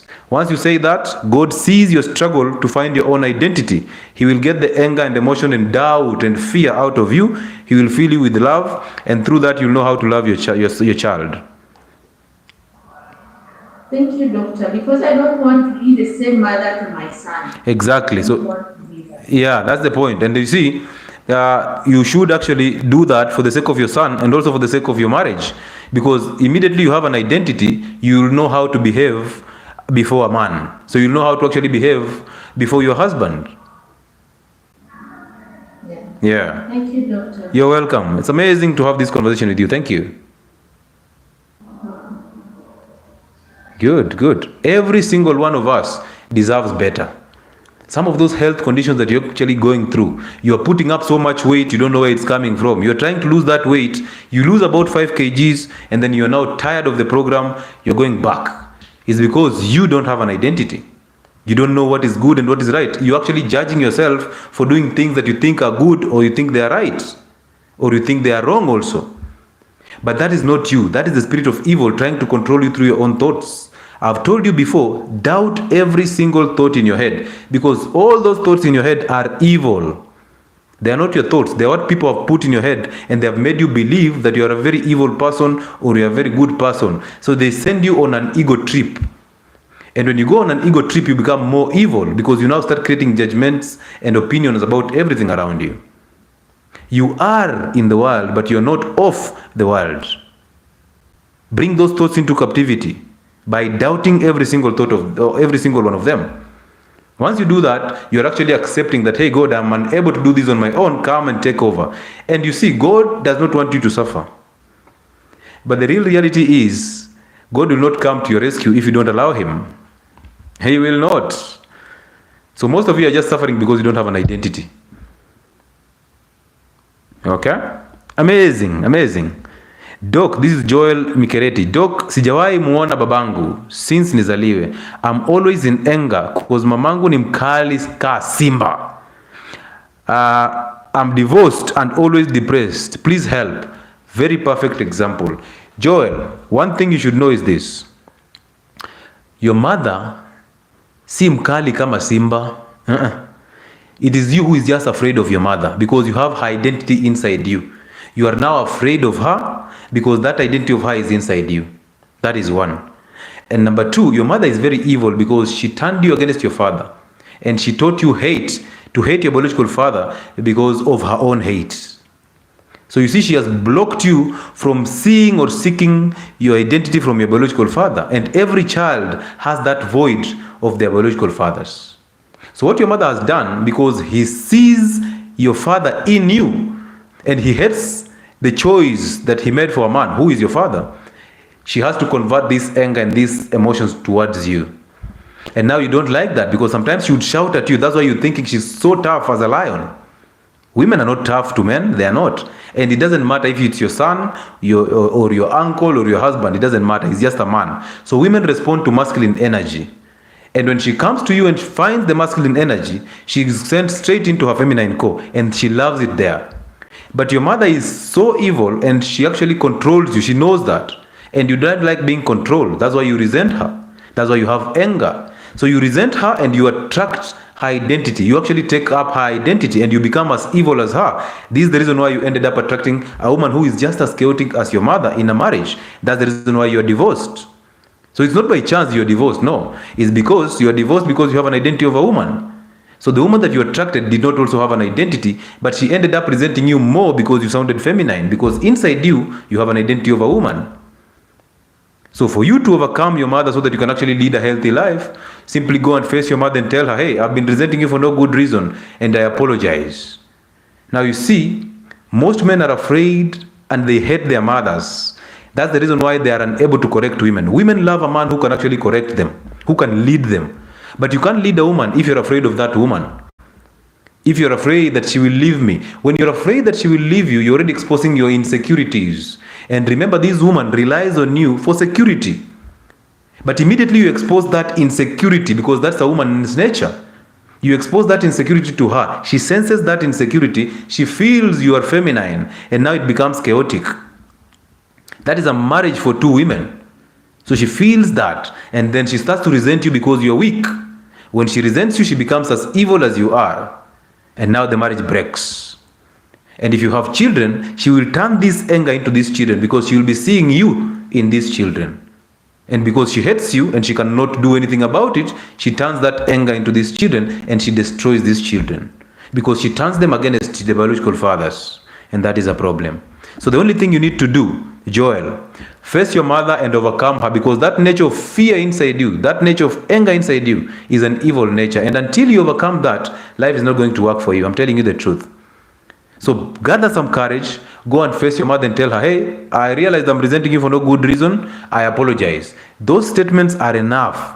And do not care about what she'll say. Do not want to be accepted by her, because that's you being needy. So just go and tell her, Mother, I appreciate that you've raised me into this son that I am, but I realized along the way, I've been resenting you for no good reason, and I apologize. Give her about 10 seconds to respond. If she doesn't respond, keep moving. Do not care about her trying to block you from seeing your biological fathers, but simply overcome her. Once you overcome her, God will see your struggle, and He will get that identity, that false identity of you. You will have your own identity. You need it. Trust me, bro. You need it. Hi, what caused? No, we are not answering questions to do with the conditions here. And how this Candy. And how do we as mothers avoid molding our children into our own identities? How do we help our kids find their own identities from their tender age? This is a very valid question. And I was hoping that somebody can actually ask this question. I want you to listen to this, Scandi. It is not you. You see, the things that women do is not them. It is the spirit that inhabits them. It's the spirit that actually lives inside of them, that is controlling them, that is telling them and revealing things to them. So they do things according to the spirit inside of them, because they were raised by weak fathers and angry mothers. So they ended up attracting false identities. So why we do this show is because we want to help you get back your own identity, so that you can see things in a different dimension. So mothers who want to avoid molding children into their own images, the easiest thing is you must get your own identity, because you cannot know how to raise children in a good way or in a bad way. You don't even know which is good and which is wrong, because there's a spirit inside you. So you have to seek an identity, and through that identity, God will actually guide you on how to raise those children, how to not remodel them into their own image. Also, children are supposed to be taught these things by their biological fathers. So if their father is present, Allow him to do this. And by the virtue of you asking this question on this live, it means the father might be absent or he is present, but he is very weak. So you're already resenting this father because he's not a leader. That's why you're seeking guidance, because I expect if a man is a leader, he is the one who is supposed to actually teach these children. So you will not even struggle as a woman to remodel these children in your own image, because it's the role of the father to actually protect the children from you remodeling them into your own image. Okay, that's why they seek the identity by going back to the father. So if the father is present, he has to style up. But you go and fix yourself. Don't care about the father. Go and find your identity from your mother and find your identity from your father. Once you do that, you will get revelations on how to raise these children. Okay, and that's the beauty about it. Tracy Karugu. Doc, I have been raised by my mother as the only child. I lost my father when I was young. She has been able to provide everything that I need. That's why I don't think I need to forgive her. Now, you don't need to forgive her. That is not you again. That's the spirit of the evil trying to tell you, oh, you don't need to, she provided for you, she did all these things for you, and you don't need to forgive her. That is the devil trying to control your thoughts. Because the reality is, women are not providers. Please get this. Women are not providers. Women only provide when circumstances push them towards that direction.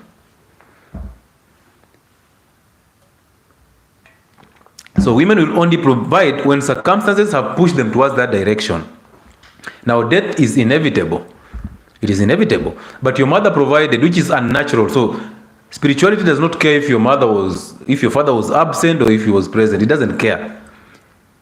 It shows the order of God that women cannot provide. Women are supposed to be provided for, just like children. So the reason why you forgive your mother is not because she provided or she gave you everything. You see, now you're thinking you love her so much because she did all she could. Because my dad died. That's your thoughts. That's not even you. That's the devil trying to lie to you. He's deceiving you. So the reason why you forgive your mother is because at some point you will need your own identity. And now you see, everything that you know is what your mother taught you. So she remodeled you into her own image. That's why you are afraid of her. That's why you're thinking you love her. That's why you're thinking she has done nothing wrong, because you don't see the light. So she remodeled you into her own image, and now you have her identity. And guess what? This will start to make sense through the men that you'll get to attract. You'll attract men who are unable to provide because women provide. So you'll be ending up providing for these men. So you'll be going out to work to come and provide for a man who is weak. But that weakness is exactly what is inside you. So you'll attract a man who is just like you. He's emotional, just like your mother. He cannot provide because you already know, you're preconditioned to think that women can actually provide also. So unless you get your identity, you will not attract a man who will take care of you exclusively. And that's the problem. So you should know that.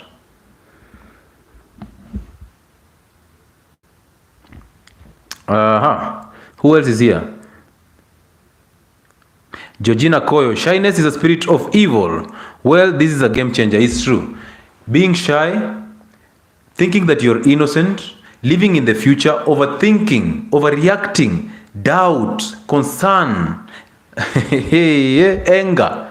All these are the spirit of evil. So it inhabits you, and then you behave according to that spirit that is inside you.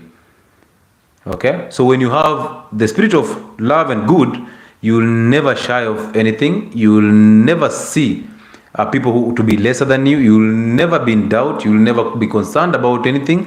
And everything that is happening around you will not make sense, because the real reality and the real world is happening inside you.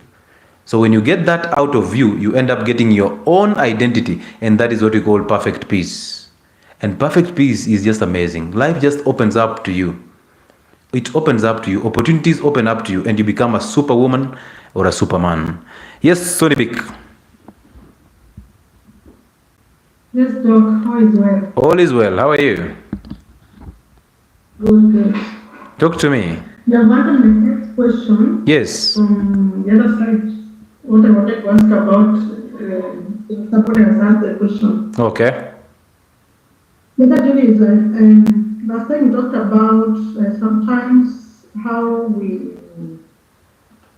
give our mothers, like, you want to send something like money to home. Yes. And you send to your mother and not your father. Yes. Maybe because your father is a drunkard, can take and drink, your mother can do shopping, like that. Okay. But I realized that one was my mistake. I used to send, sometimes when I want to send something, Mm-hmm. I send to my mom Yes. because I know she do so. But through this talk, Mm-hmm.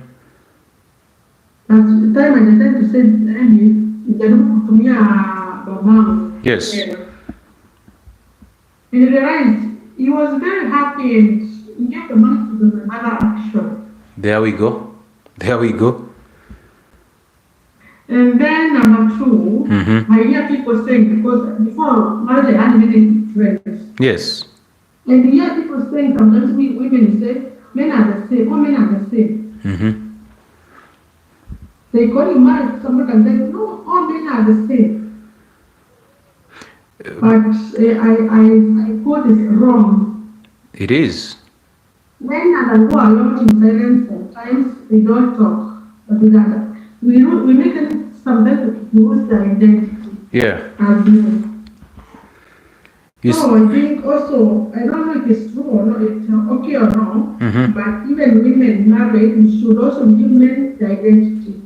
The reality is, if you hear a woman saying that all men are the same, I mean, whose problem is that? Why did she test all men?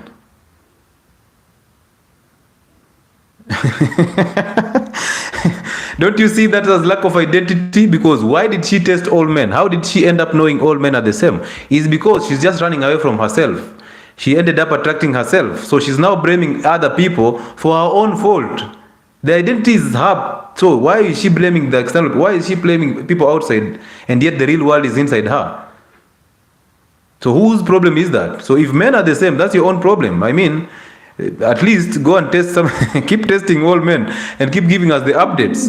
We don't care. Now, number two, this point of sending money. You see, I never knew that this was a serious problem because I was glad to get my identity in around 2016, 2017, thereabout.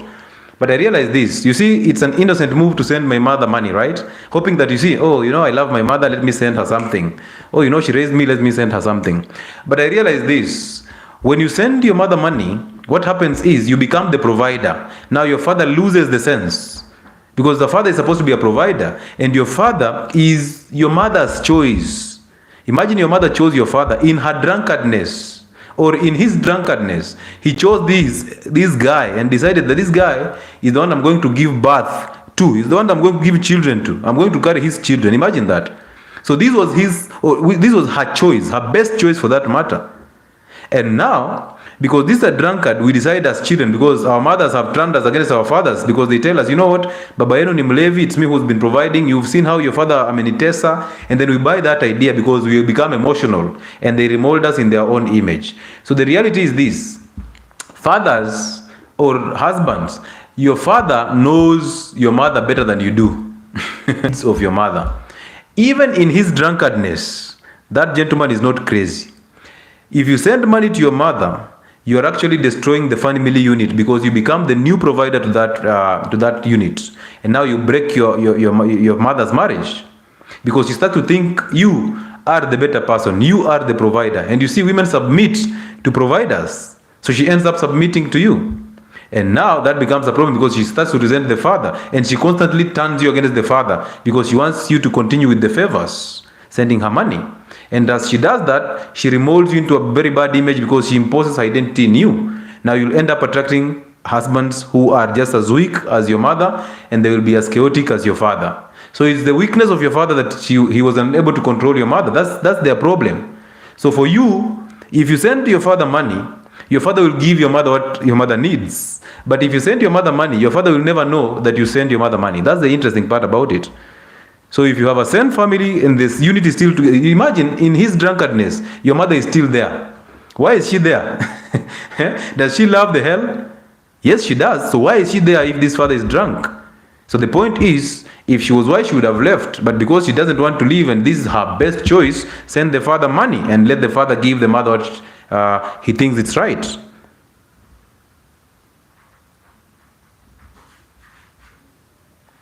Sonny Big, are you getting that? Yeah, that's what I hear people sometimes say, but Me, I have no problem with that identity. Amazing. Because whatever I say, even my kids, I always they say the dad is going to tell them. And sometimes I can tell them and they ask their dad, is it true that? Because I think they believe me more than me. Yeah. Yes, is it true? Is it true that what? Whatever happens, they have to also confirm with their father. Like they have to ask. To ask what? I don't get the question clearly. As in, if something happens, Yeah. even in school, Yes. the first person they say is their dad, not me. Yeah, they don't have to tell you anything because you see, there's an order. There's an order that God above men, men above women, women above children. So the only time they should ask you is when the father is absent. But if they ask you, respond. If they don't ask you, why would you be upset? Is the child just trying to be a child? Let them just grow the way they want to grow.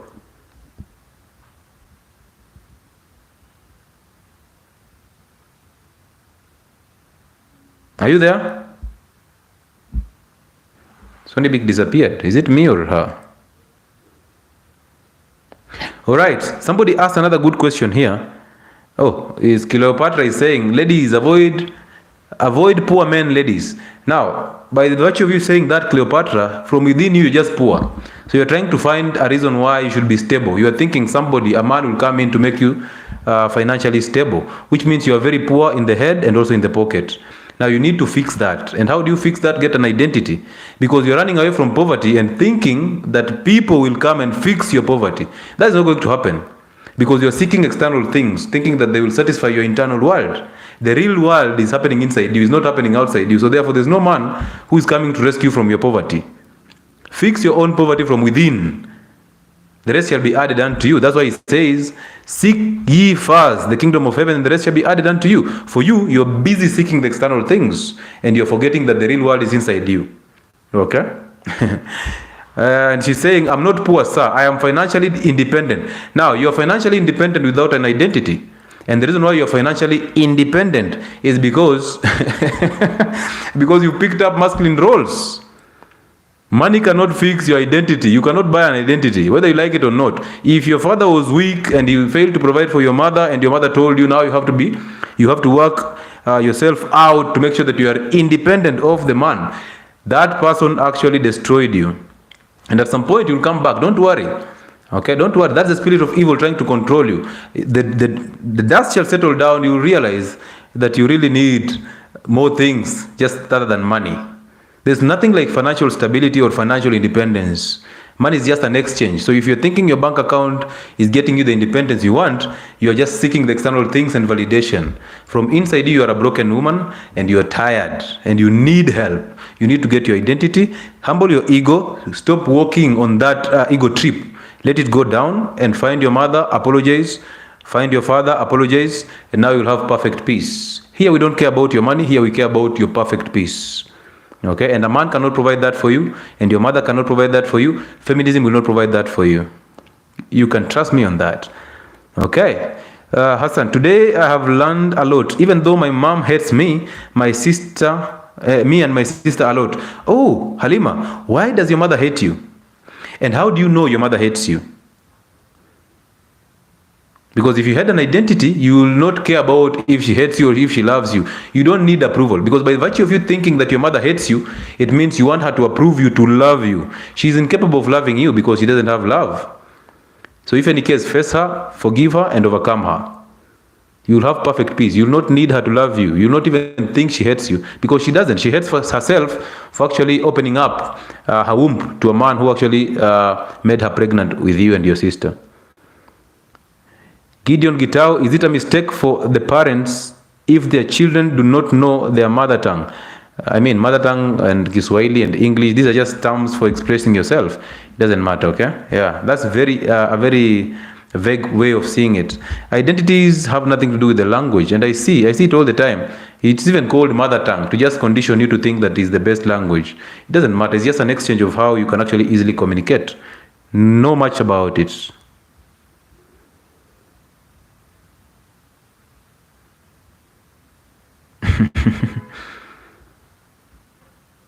Good. Let's bring in somebody else.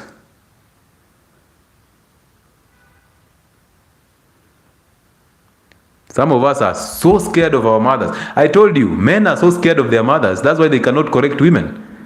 They think if they correct women, the women will leave them. So they think they will remain so hollow. Hey Doc, which books do you read for personal development, and which do you recommend most? One, if you've never read any book, I recommend you start with Atomic Habits by James Clear. Number two, there's this book here. It's called How to Do the Work by Dr. Nicole LePera. Very good book. And if you're asking for books for medical stuff, that one is another topic. But there's a lot of books that I do. I read widely, bro. So this is just part of, this is my current read, and I was given to by my colleagues. So I read widely, bro. Unless you want me to tap down what you should read and what you need, I can do that, but on another platform, not this one. Yes, who is here? This is who? This is. Hi, Hello, Miss Kerubo. How are you? I'm good, Doc. How do you know you're good? Physically, I'm good. Oh, okay. How do you know? I don't have any pain in my body, Oh, okay. and I can do the general things that I'm supposed to do. Okay. Do you know there is a difference between being sick and being healthy, or being unwell? Yeah, Do you know the definition of the word healthy? healthy. Yes. Kindly define that for us. Healthy, I'm able to reason Mm-hmm. properly. I'm able to. Sorry, let me move to where the network is clear.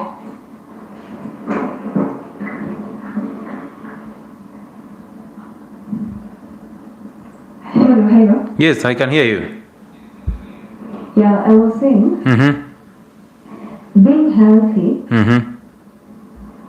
as in general, my system is working Okay. and I'm able to reason, yeah. Okay. But anyway, being healthy means your spiritual, your mental, and your physical are at par. Okay? Okay. Good. So take me through your story. My story is about identity. I've been listening to you, but I'm a bit confused. Okay. I was raised in a family background. My father was there, my mother was there. Yes. But now the issue is, Mm-hmm.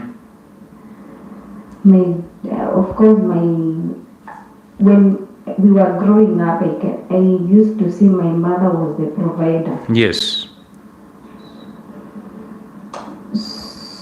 So most of the time I find myself attracting men who are not providers and who drink. So I don't understand what is the problem, because I love my dad, Yes. even though he drinks. So I don't know if that's the case that is affecting me.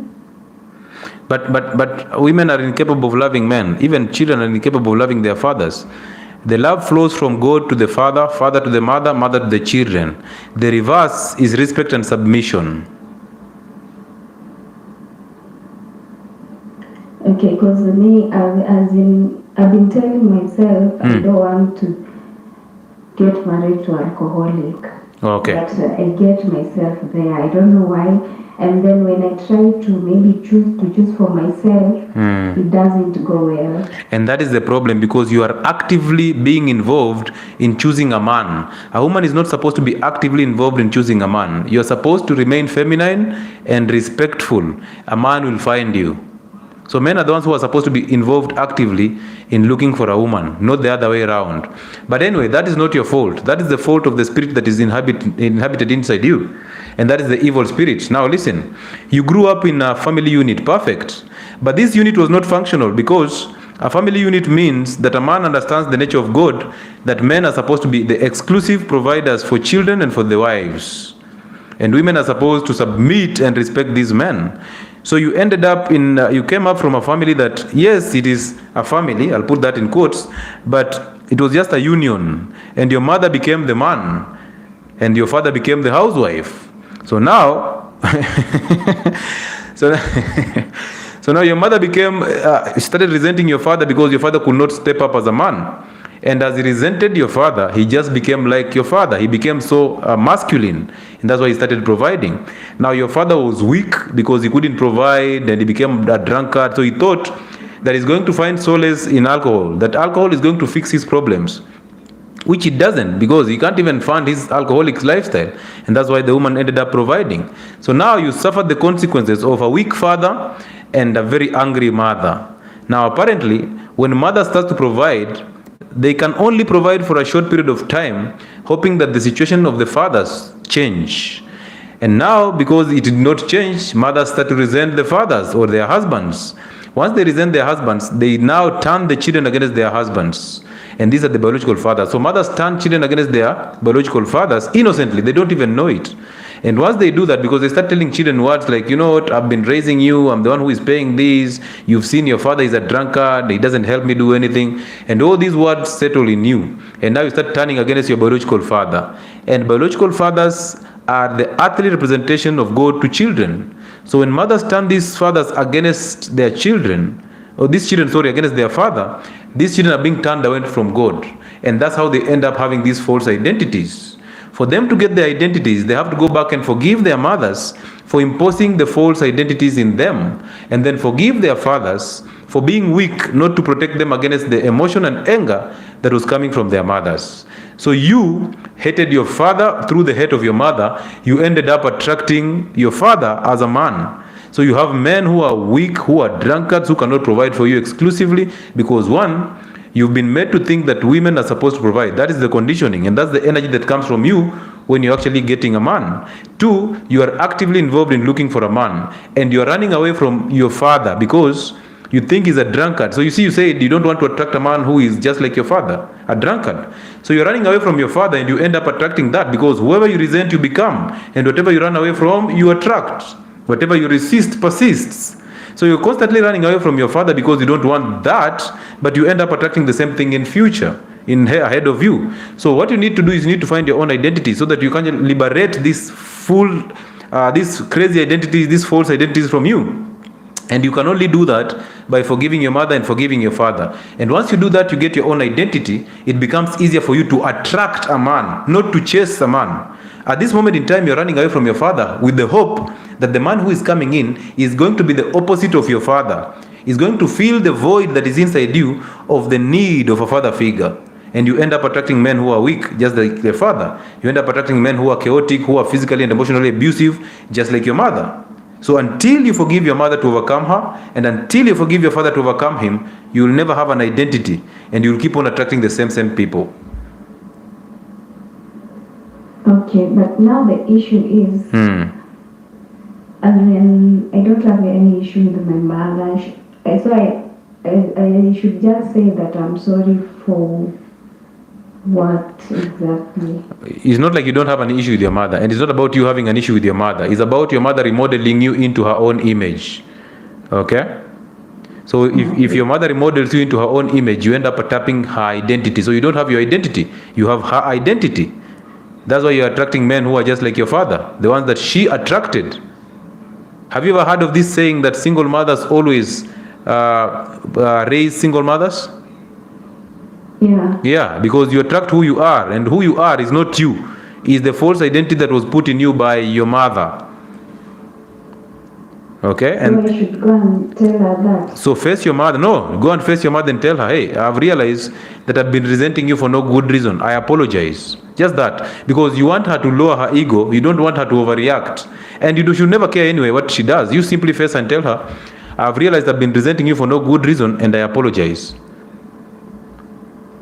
Okay. Once you say that, do not care about what she will say, because God is the one who forgives. Your mother is incapable of forgiving you. So once you say that, God will forgive you. Now, move to your father and face your father and tell your father, hey, I've also realized that I've been resenting you for no good reason, and I apologize.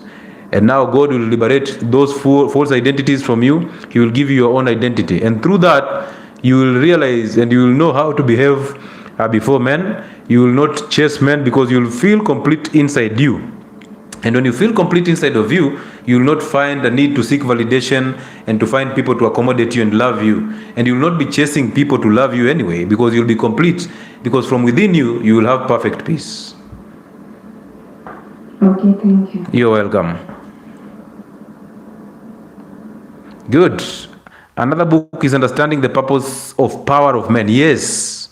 This is Kefa Ogwell. I'm telling you, ladies and gentlemen, you see, if you start reading books, even if you just take one book, that book will actually reveal you another book to read.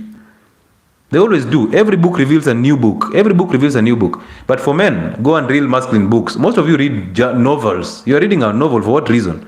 You're reading a love story. You're thinking that this love story is going to be translated to you. That's why most of the men are watching soap operas. You're seated on a TV for 1 hour watching a soap opera. What is wrong with you? You're there getting sad because your football team just lost. You're emotional. What is wrong with you? And women are thinking that the Western life, the Western way of loving, the Mexican way of loving is going to be translated here. You're thinking that if a man does not bring you flowers, he doesn't love you. Yet this same man that you think doesn't love you is providing for you. He's put a shelter on, or a roof on you. He's dressing you. He's doing the basics. And you're still thinking, oh, these basics are not enough. I need flowers. You get the flowers, it's not enough. You still cheat. Because you're thinking, my man is having erectile dysfunction, I have to cheat. You go and cheat thinking that you'll get satisfaction. Nothing happens. You get there very, very quick, fast. This guy was just satisfying his ego. He was there for the ego. He ejaculates in you. And most of you ladies, you're allowing men to raise children who are not theirs. That is one. Number two, most of you are using your man's money to do an abortion for a pregnancy that is not his.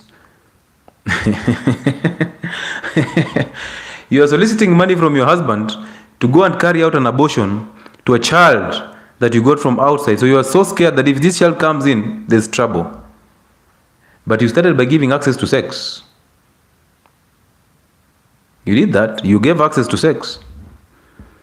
Most men don't have an identity. That's why you'll see all these grown-ass men and politicians parking their vehicles beside the universities to pick young girls who are age mates of their daughters. Just because your wife cannot lick your genitals, you want this girl from campus because you can actually manipulate her with a few shillings here. So you want her to go down on her knees to just make sure that you are comfortable in your own ego because you watch porn.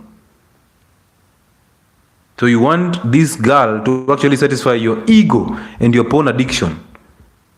And you're constantly chasing sex. You're constantly chasing external things which are not going to satisfy your ego. So you think things from outside are going to make you comfortable and make you complete. You get them, nothing is working. You find money, money is not enough. Like Cleopatra, you have money but you don't have peace. That's why you find a need to always find validation from people.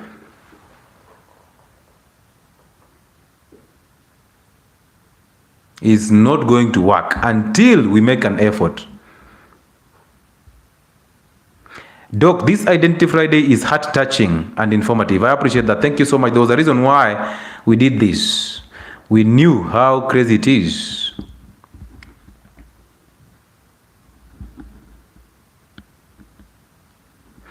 African rural girl. Adam, it's the woman. Eve is the snake, and the God had to come to the rescue. I didn't get that clearly, but let me give you a short story about Adam and Eve. Adam, as the man, he was very comfortable and very peaceful in his relationship with the Father, the Creator. He received instructions through his identity with the Father.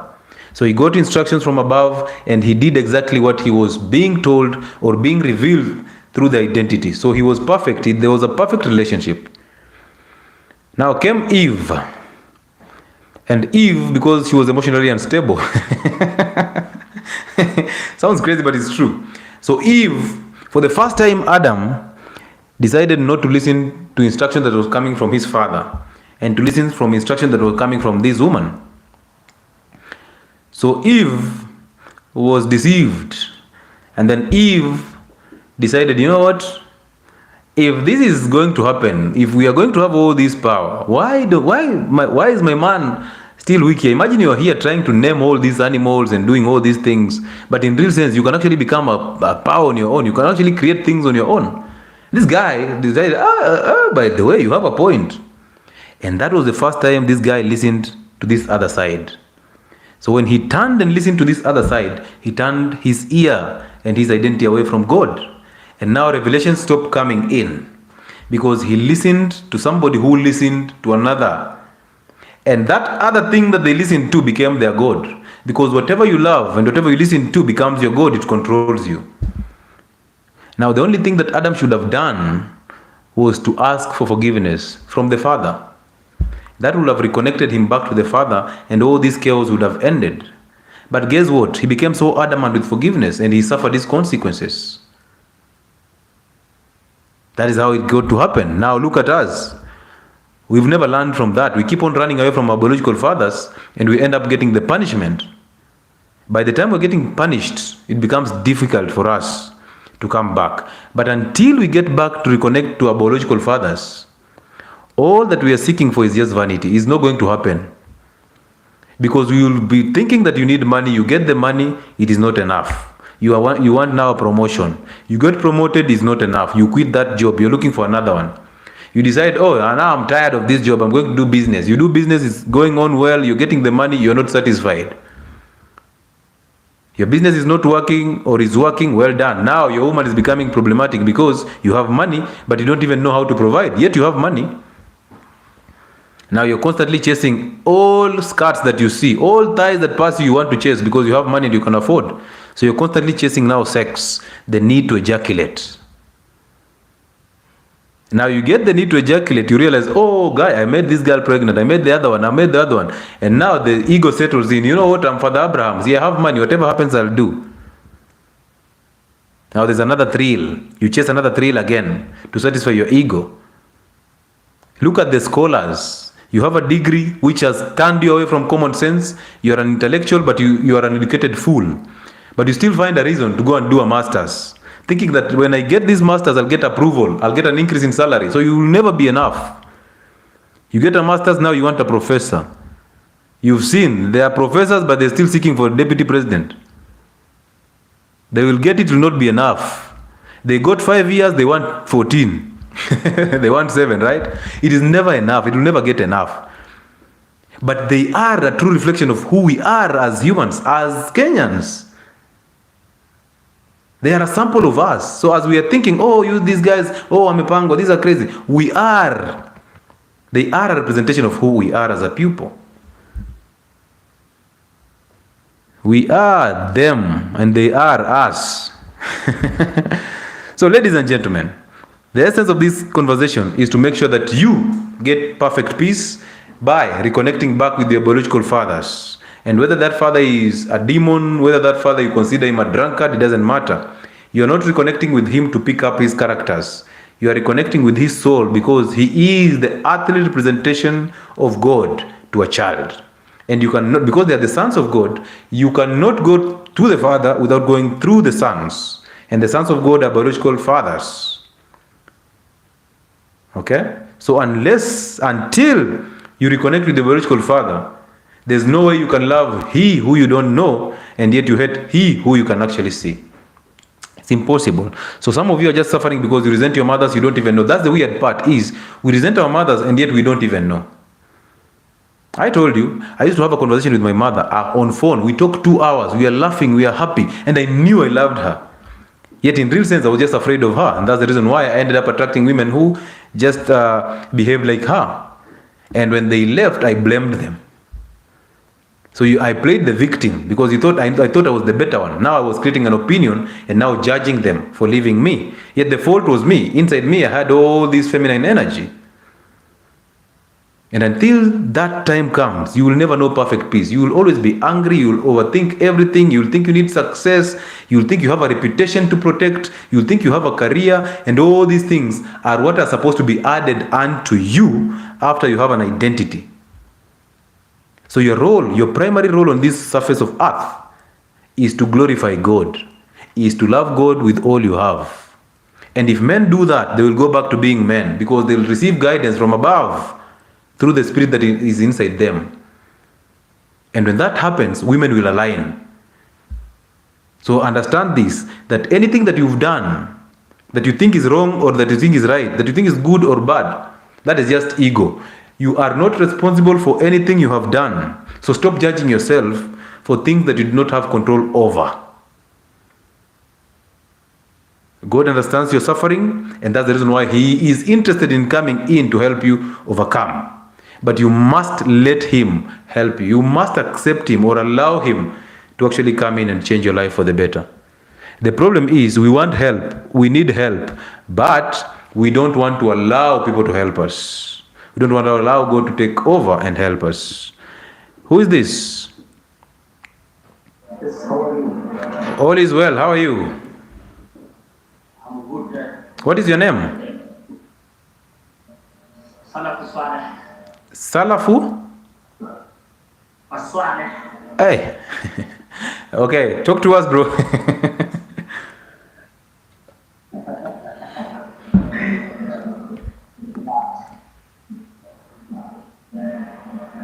What is happening?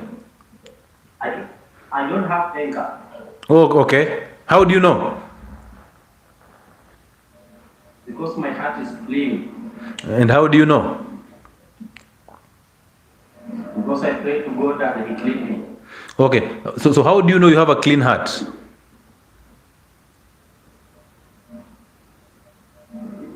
Everything I take it positively. And how do you know if what you're taking, if that you're taking is positive? How do you know it's positive? Because of the clean heart. And how do you know you have a clean heart, sir? I tell you everything I take it positively. Oh, okay. So if you take everything positively, that means you have a clean heart, right? Yeah. Okay. How old are you? I'm 34. Are you married? Yes. So you are the wife. No, I'm the man. But if you're a man, how did you get married? Coming together, being married, the general way we get we marry each other. Okay. And if you don't have anger, why did you find need to come and defend the fact that you don't have anger? Why did you find a need to identify with that? Why did you see the reason to say I don't have anger? I thought if somebody doesn't have anger, they don't have to say it.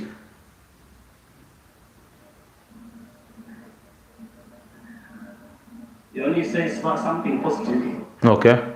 You get it. But how would you know positive and negative? I distinct. The question is how?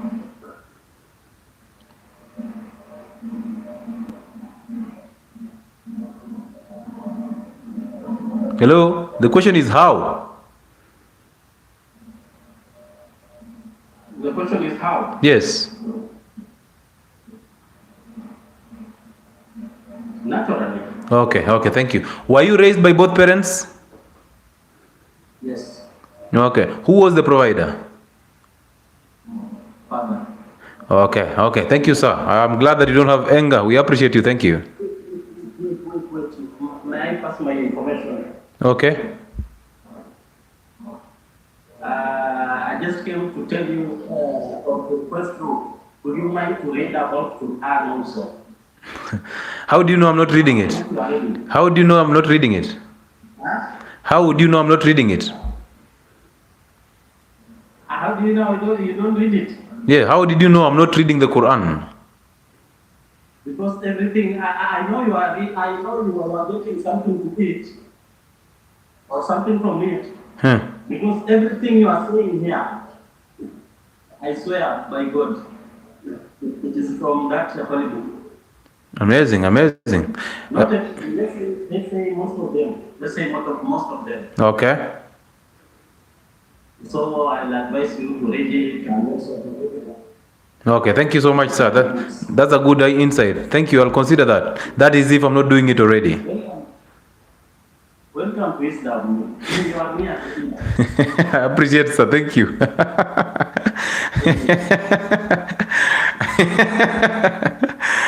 Amazing. The problem is I did not get your name. Wara, Akamedi.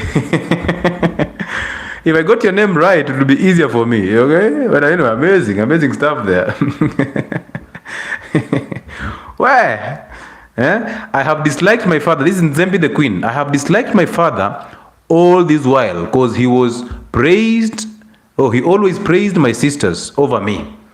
That made me feel unloved. Kumbe ni identity issue. Planning to go face him, though not easy, I have to do it for me. Thank you so much for actually accepting that, because you did not resent your father. You actually thought you are better than your sisters. Okay? So you had false identities. You actually thought you are better than your sisters. So you created an opinion and you judged your sisters. You even judged your father for actually thinking that he loved your sisters. Imagine that. Imagine judging God. And yet the same God says you should never create judgment and opinion over anything. These were thoughts. These were thoughts that were actually controlling you. So the spirit of evil was controlling you through your own thoughts. That's why those thoughts should be brought to captivity. And first of all, start by forgiving your mother. Okay? Because she's the one who actually put emotions and anger and false identity in you. Once you do that, move now, forgive your father. Tell him, hey, sir, I'm sorry. I've been resenting you for no good reason. I apologize. Once you do that, you're good to go. Your identity will come back. You'll be a superwoman. Okay? Yeah. So every child has that void inside them that wants their fathers. So when you realize the father is not giving you attention, of course you start to resent them. And that's natural. But that is not you. That is the spirit of evil that is telling you to resent your father, because it's making you feel, it's in the feelings. It's making you feel like your father does not appreciate and love you the way he should. But this is a father who put a shelter, a roof on your head. He's somebody who dressed you up, gave you an education, made you who you are, gave you life. So therefore, resenting him just makes your life worse. You'll become bitter, you'll become chaotic, emotional, angry, shy, and life will not work for you until you go and reconnect with the biological father. So we appreciate you. Thank you so much for taking that, and we'll be here to celebrate your story. Once you get that, I'm telling you, when you get that identity, there's a way you feel so good about yourself. You feel so complete.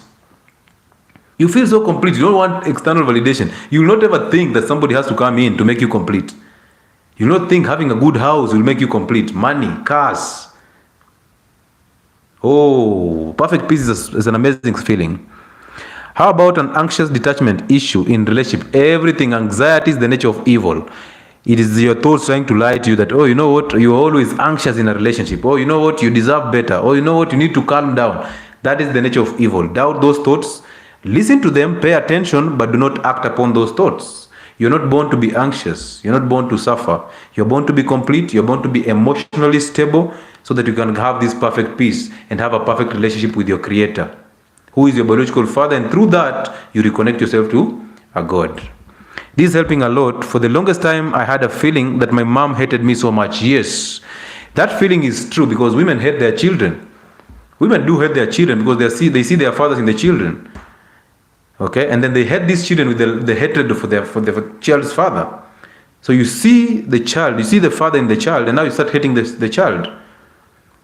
And now once you do that, you turn these children into crazy people. You turn these children into emotional beings, angry people, bitter people, and these children end up taking up your identity. Now, because they identify with you, they end up attracting people who are just like you. If they are sons, they have women who are older, who are angry and chaotic just like you. If they are daughters, they will portray your image, which is anger and emotion. They'll get men who are weak and who will manipulate them emotionally, physically, and even financially.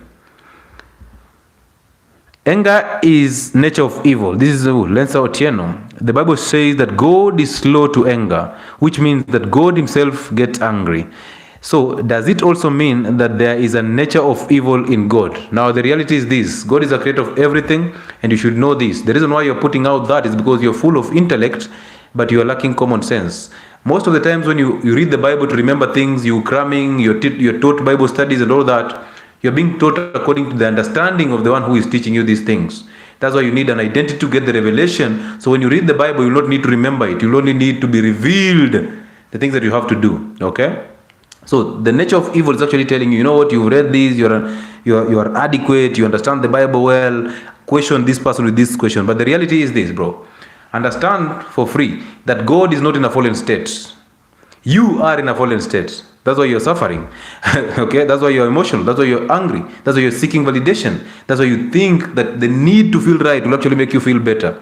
But the reality is that God is not in a fallen state. Human beings are in a fallen state. And Adam took us to the fallen state because he turned against his creator, who was his father. And through that, he needs to go back so that he can actually reconnect with the biological father. That's what we do.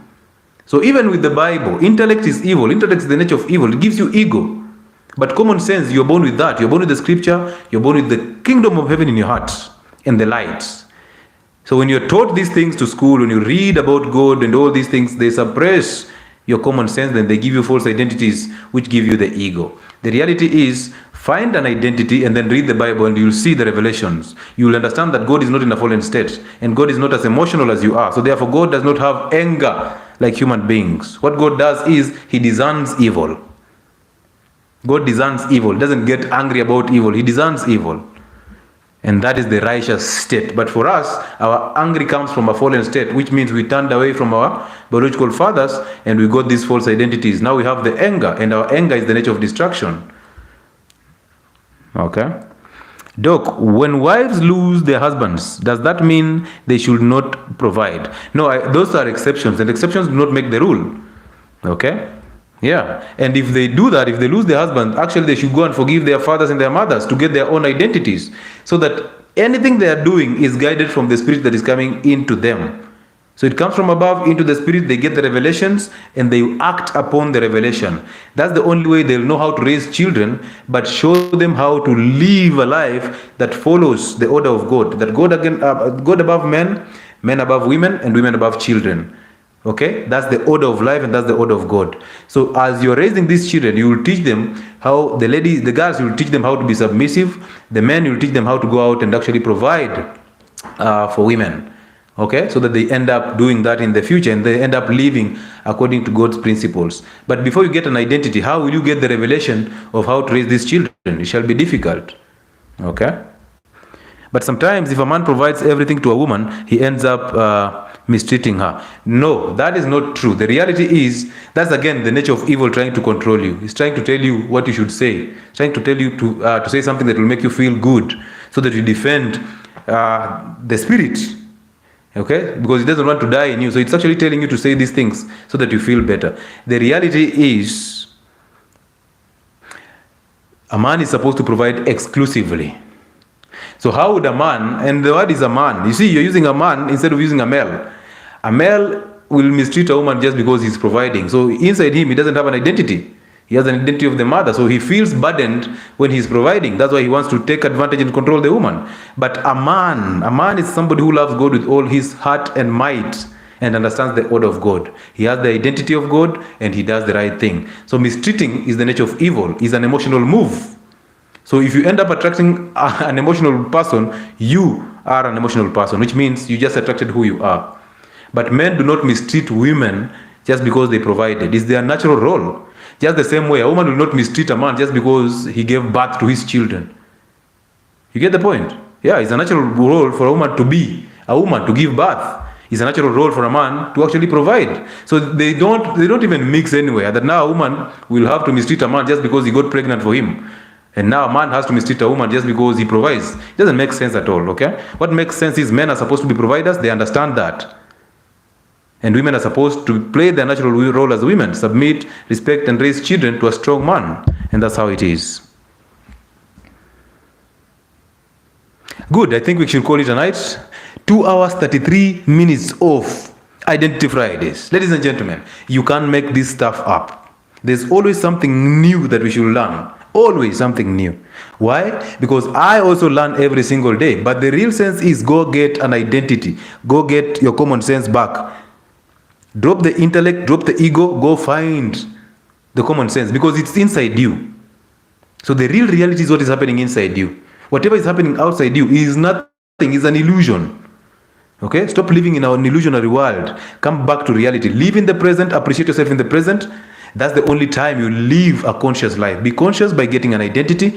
You will know what to do. You will know what is right and what is wrong. Because if you have an identity, The revelation comes through that identity. So if you identify with good, you get the identity of good, and then God reveals things through that identity, and you simply do good. Why? Because it's not you. It is the Spirit that is inside you that is actually guiding you to do that. If you are on the other side of wrong or bad, you simply have the identity of wrong, you end up getting revelations from the wrong, from your father, the devil, and you end up doing wrong and evil. And you have this anger and emotion and instabilities and all that. And he keeps on lying to you that, oh, you are adequate. And then he tells you, oh, you are not adequate. He tells you, oh, you are beautiful, but you have a very big nose. Oh, you are handsome, but if only you had a six-pack. So he keeps on constantly lying to you through your own thoughts. So do not allow the devil to lie to you through your own thoughts. So this is a challenge for you. This weekend and all of next week until we do another Identity Friday, which is coming in next week on Friday.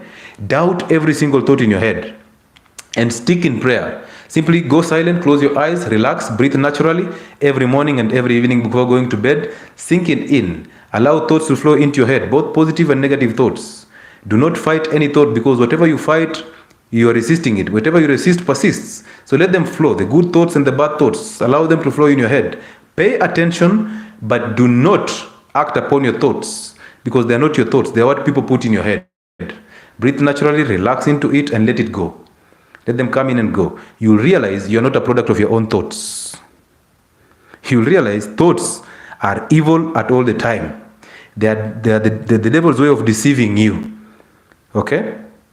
And a pastor, a psychologist, a psychiatrist, a spiritual leader, I don't know who else, wale wa kutambua nyota, they will not change your life, because they are what is happening in the world, not what is happening in your world. You are your own world. And the real reality and the real world, the real heaven, the real kingdom is inside your heart. So when you seek your identity, you get the revelations. Go find it. Do not forget to forgive your mothers for molding you into their own image. Do not forget to forgive your fathers for allowing your mothers to remold you into their own image. Go and reconnect with the biological fathers and see what happens to you, because once you do that, you will get a reconnection through their soul straight to the one who is above. So thank you so much for attending this live. I appreciate every one of you, and I hope that this can actually change your life for the better. We'll see you again on Friday next week for Identity Fridays. Enjoy your weekend. See you on Monday for another live on Health and Wellness Sport. This is Dr. Lewis Muchile Obunde. It was a pleasure having you here for the last 2 hours and 36 minutes. We'll see you again. Bye.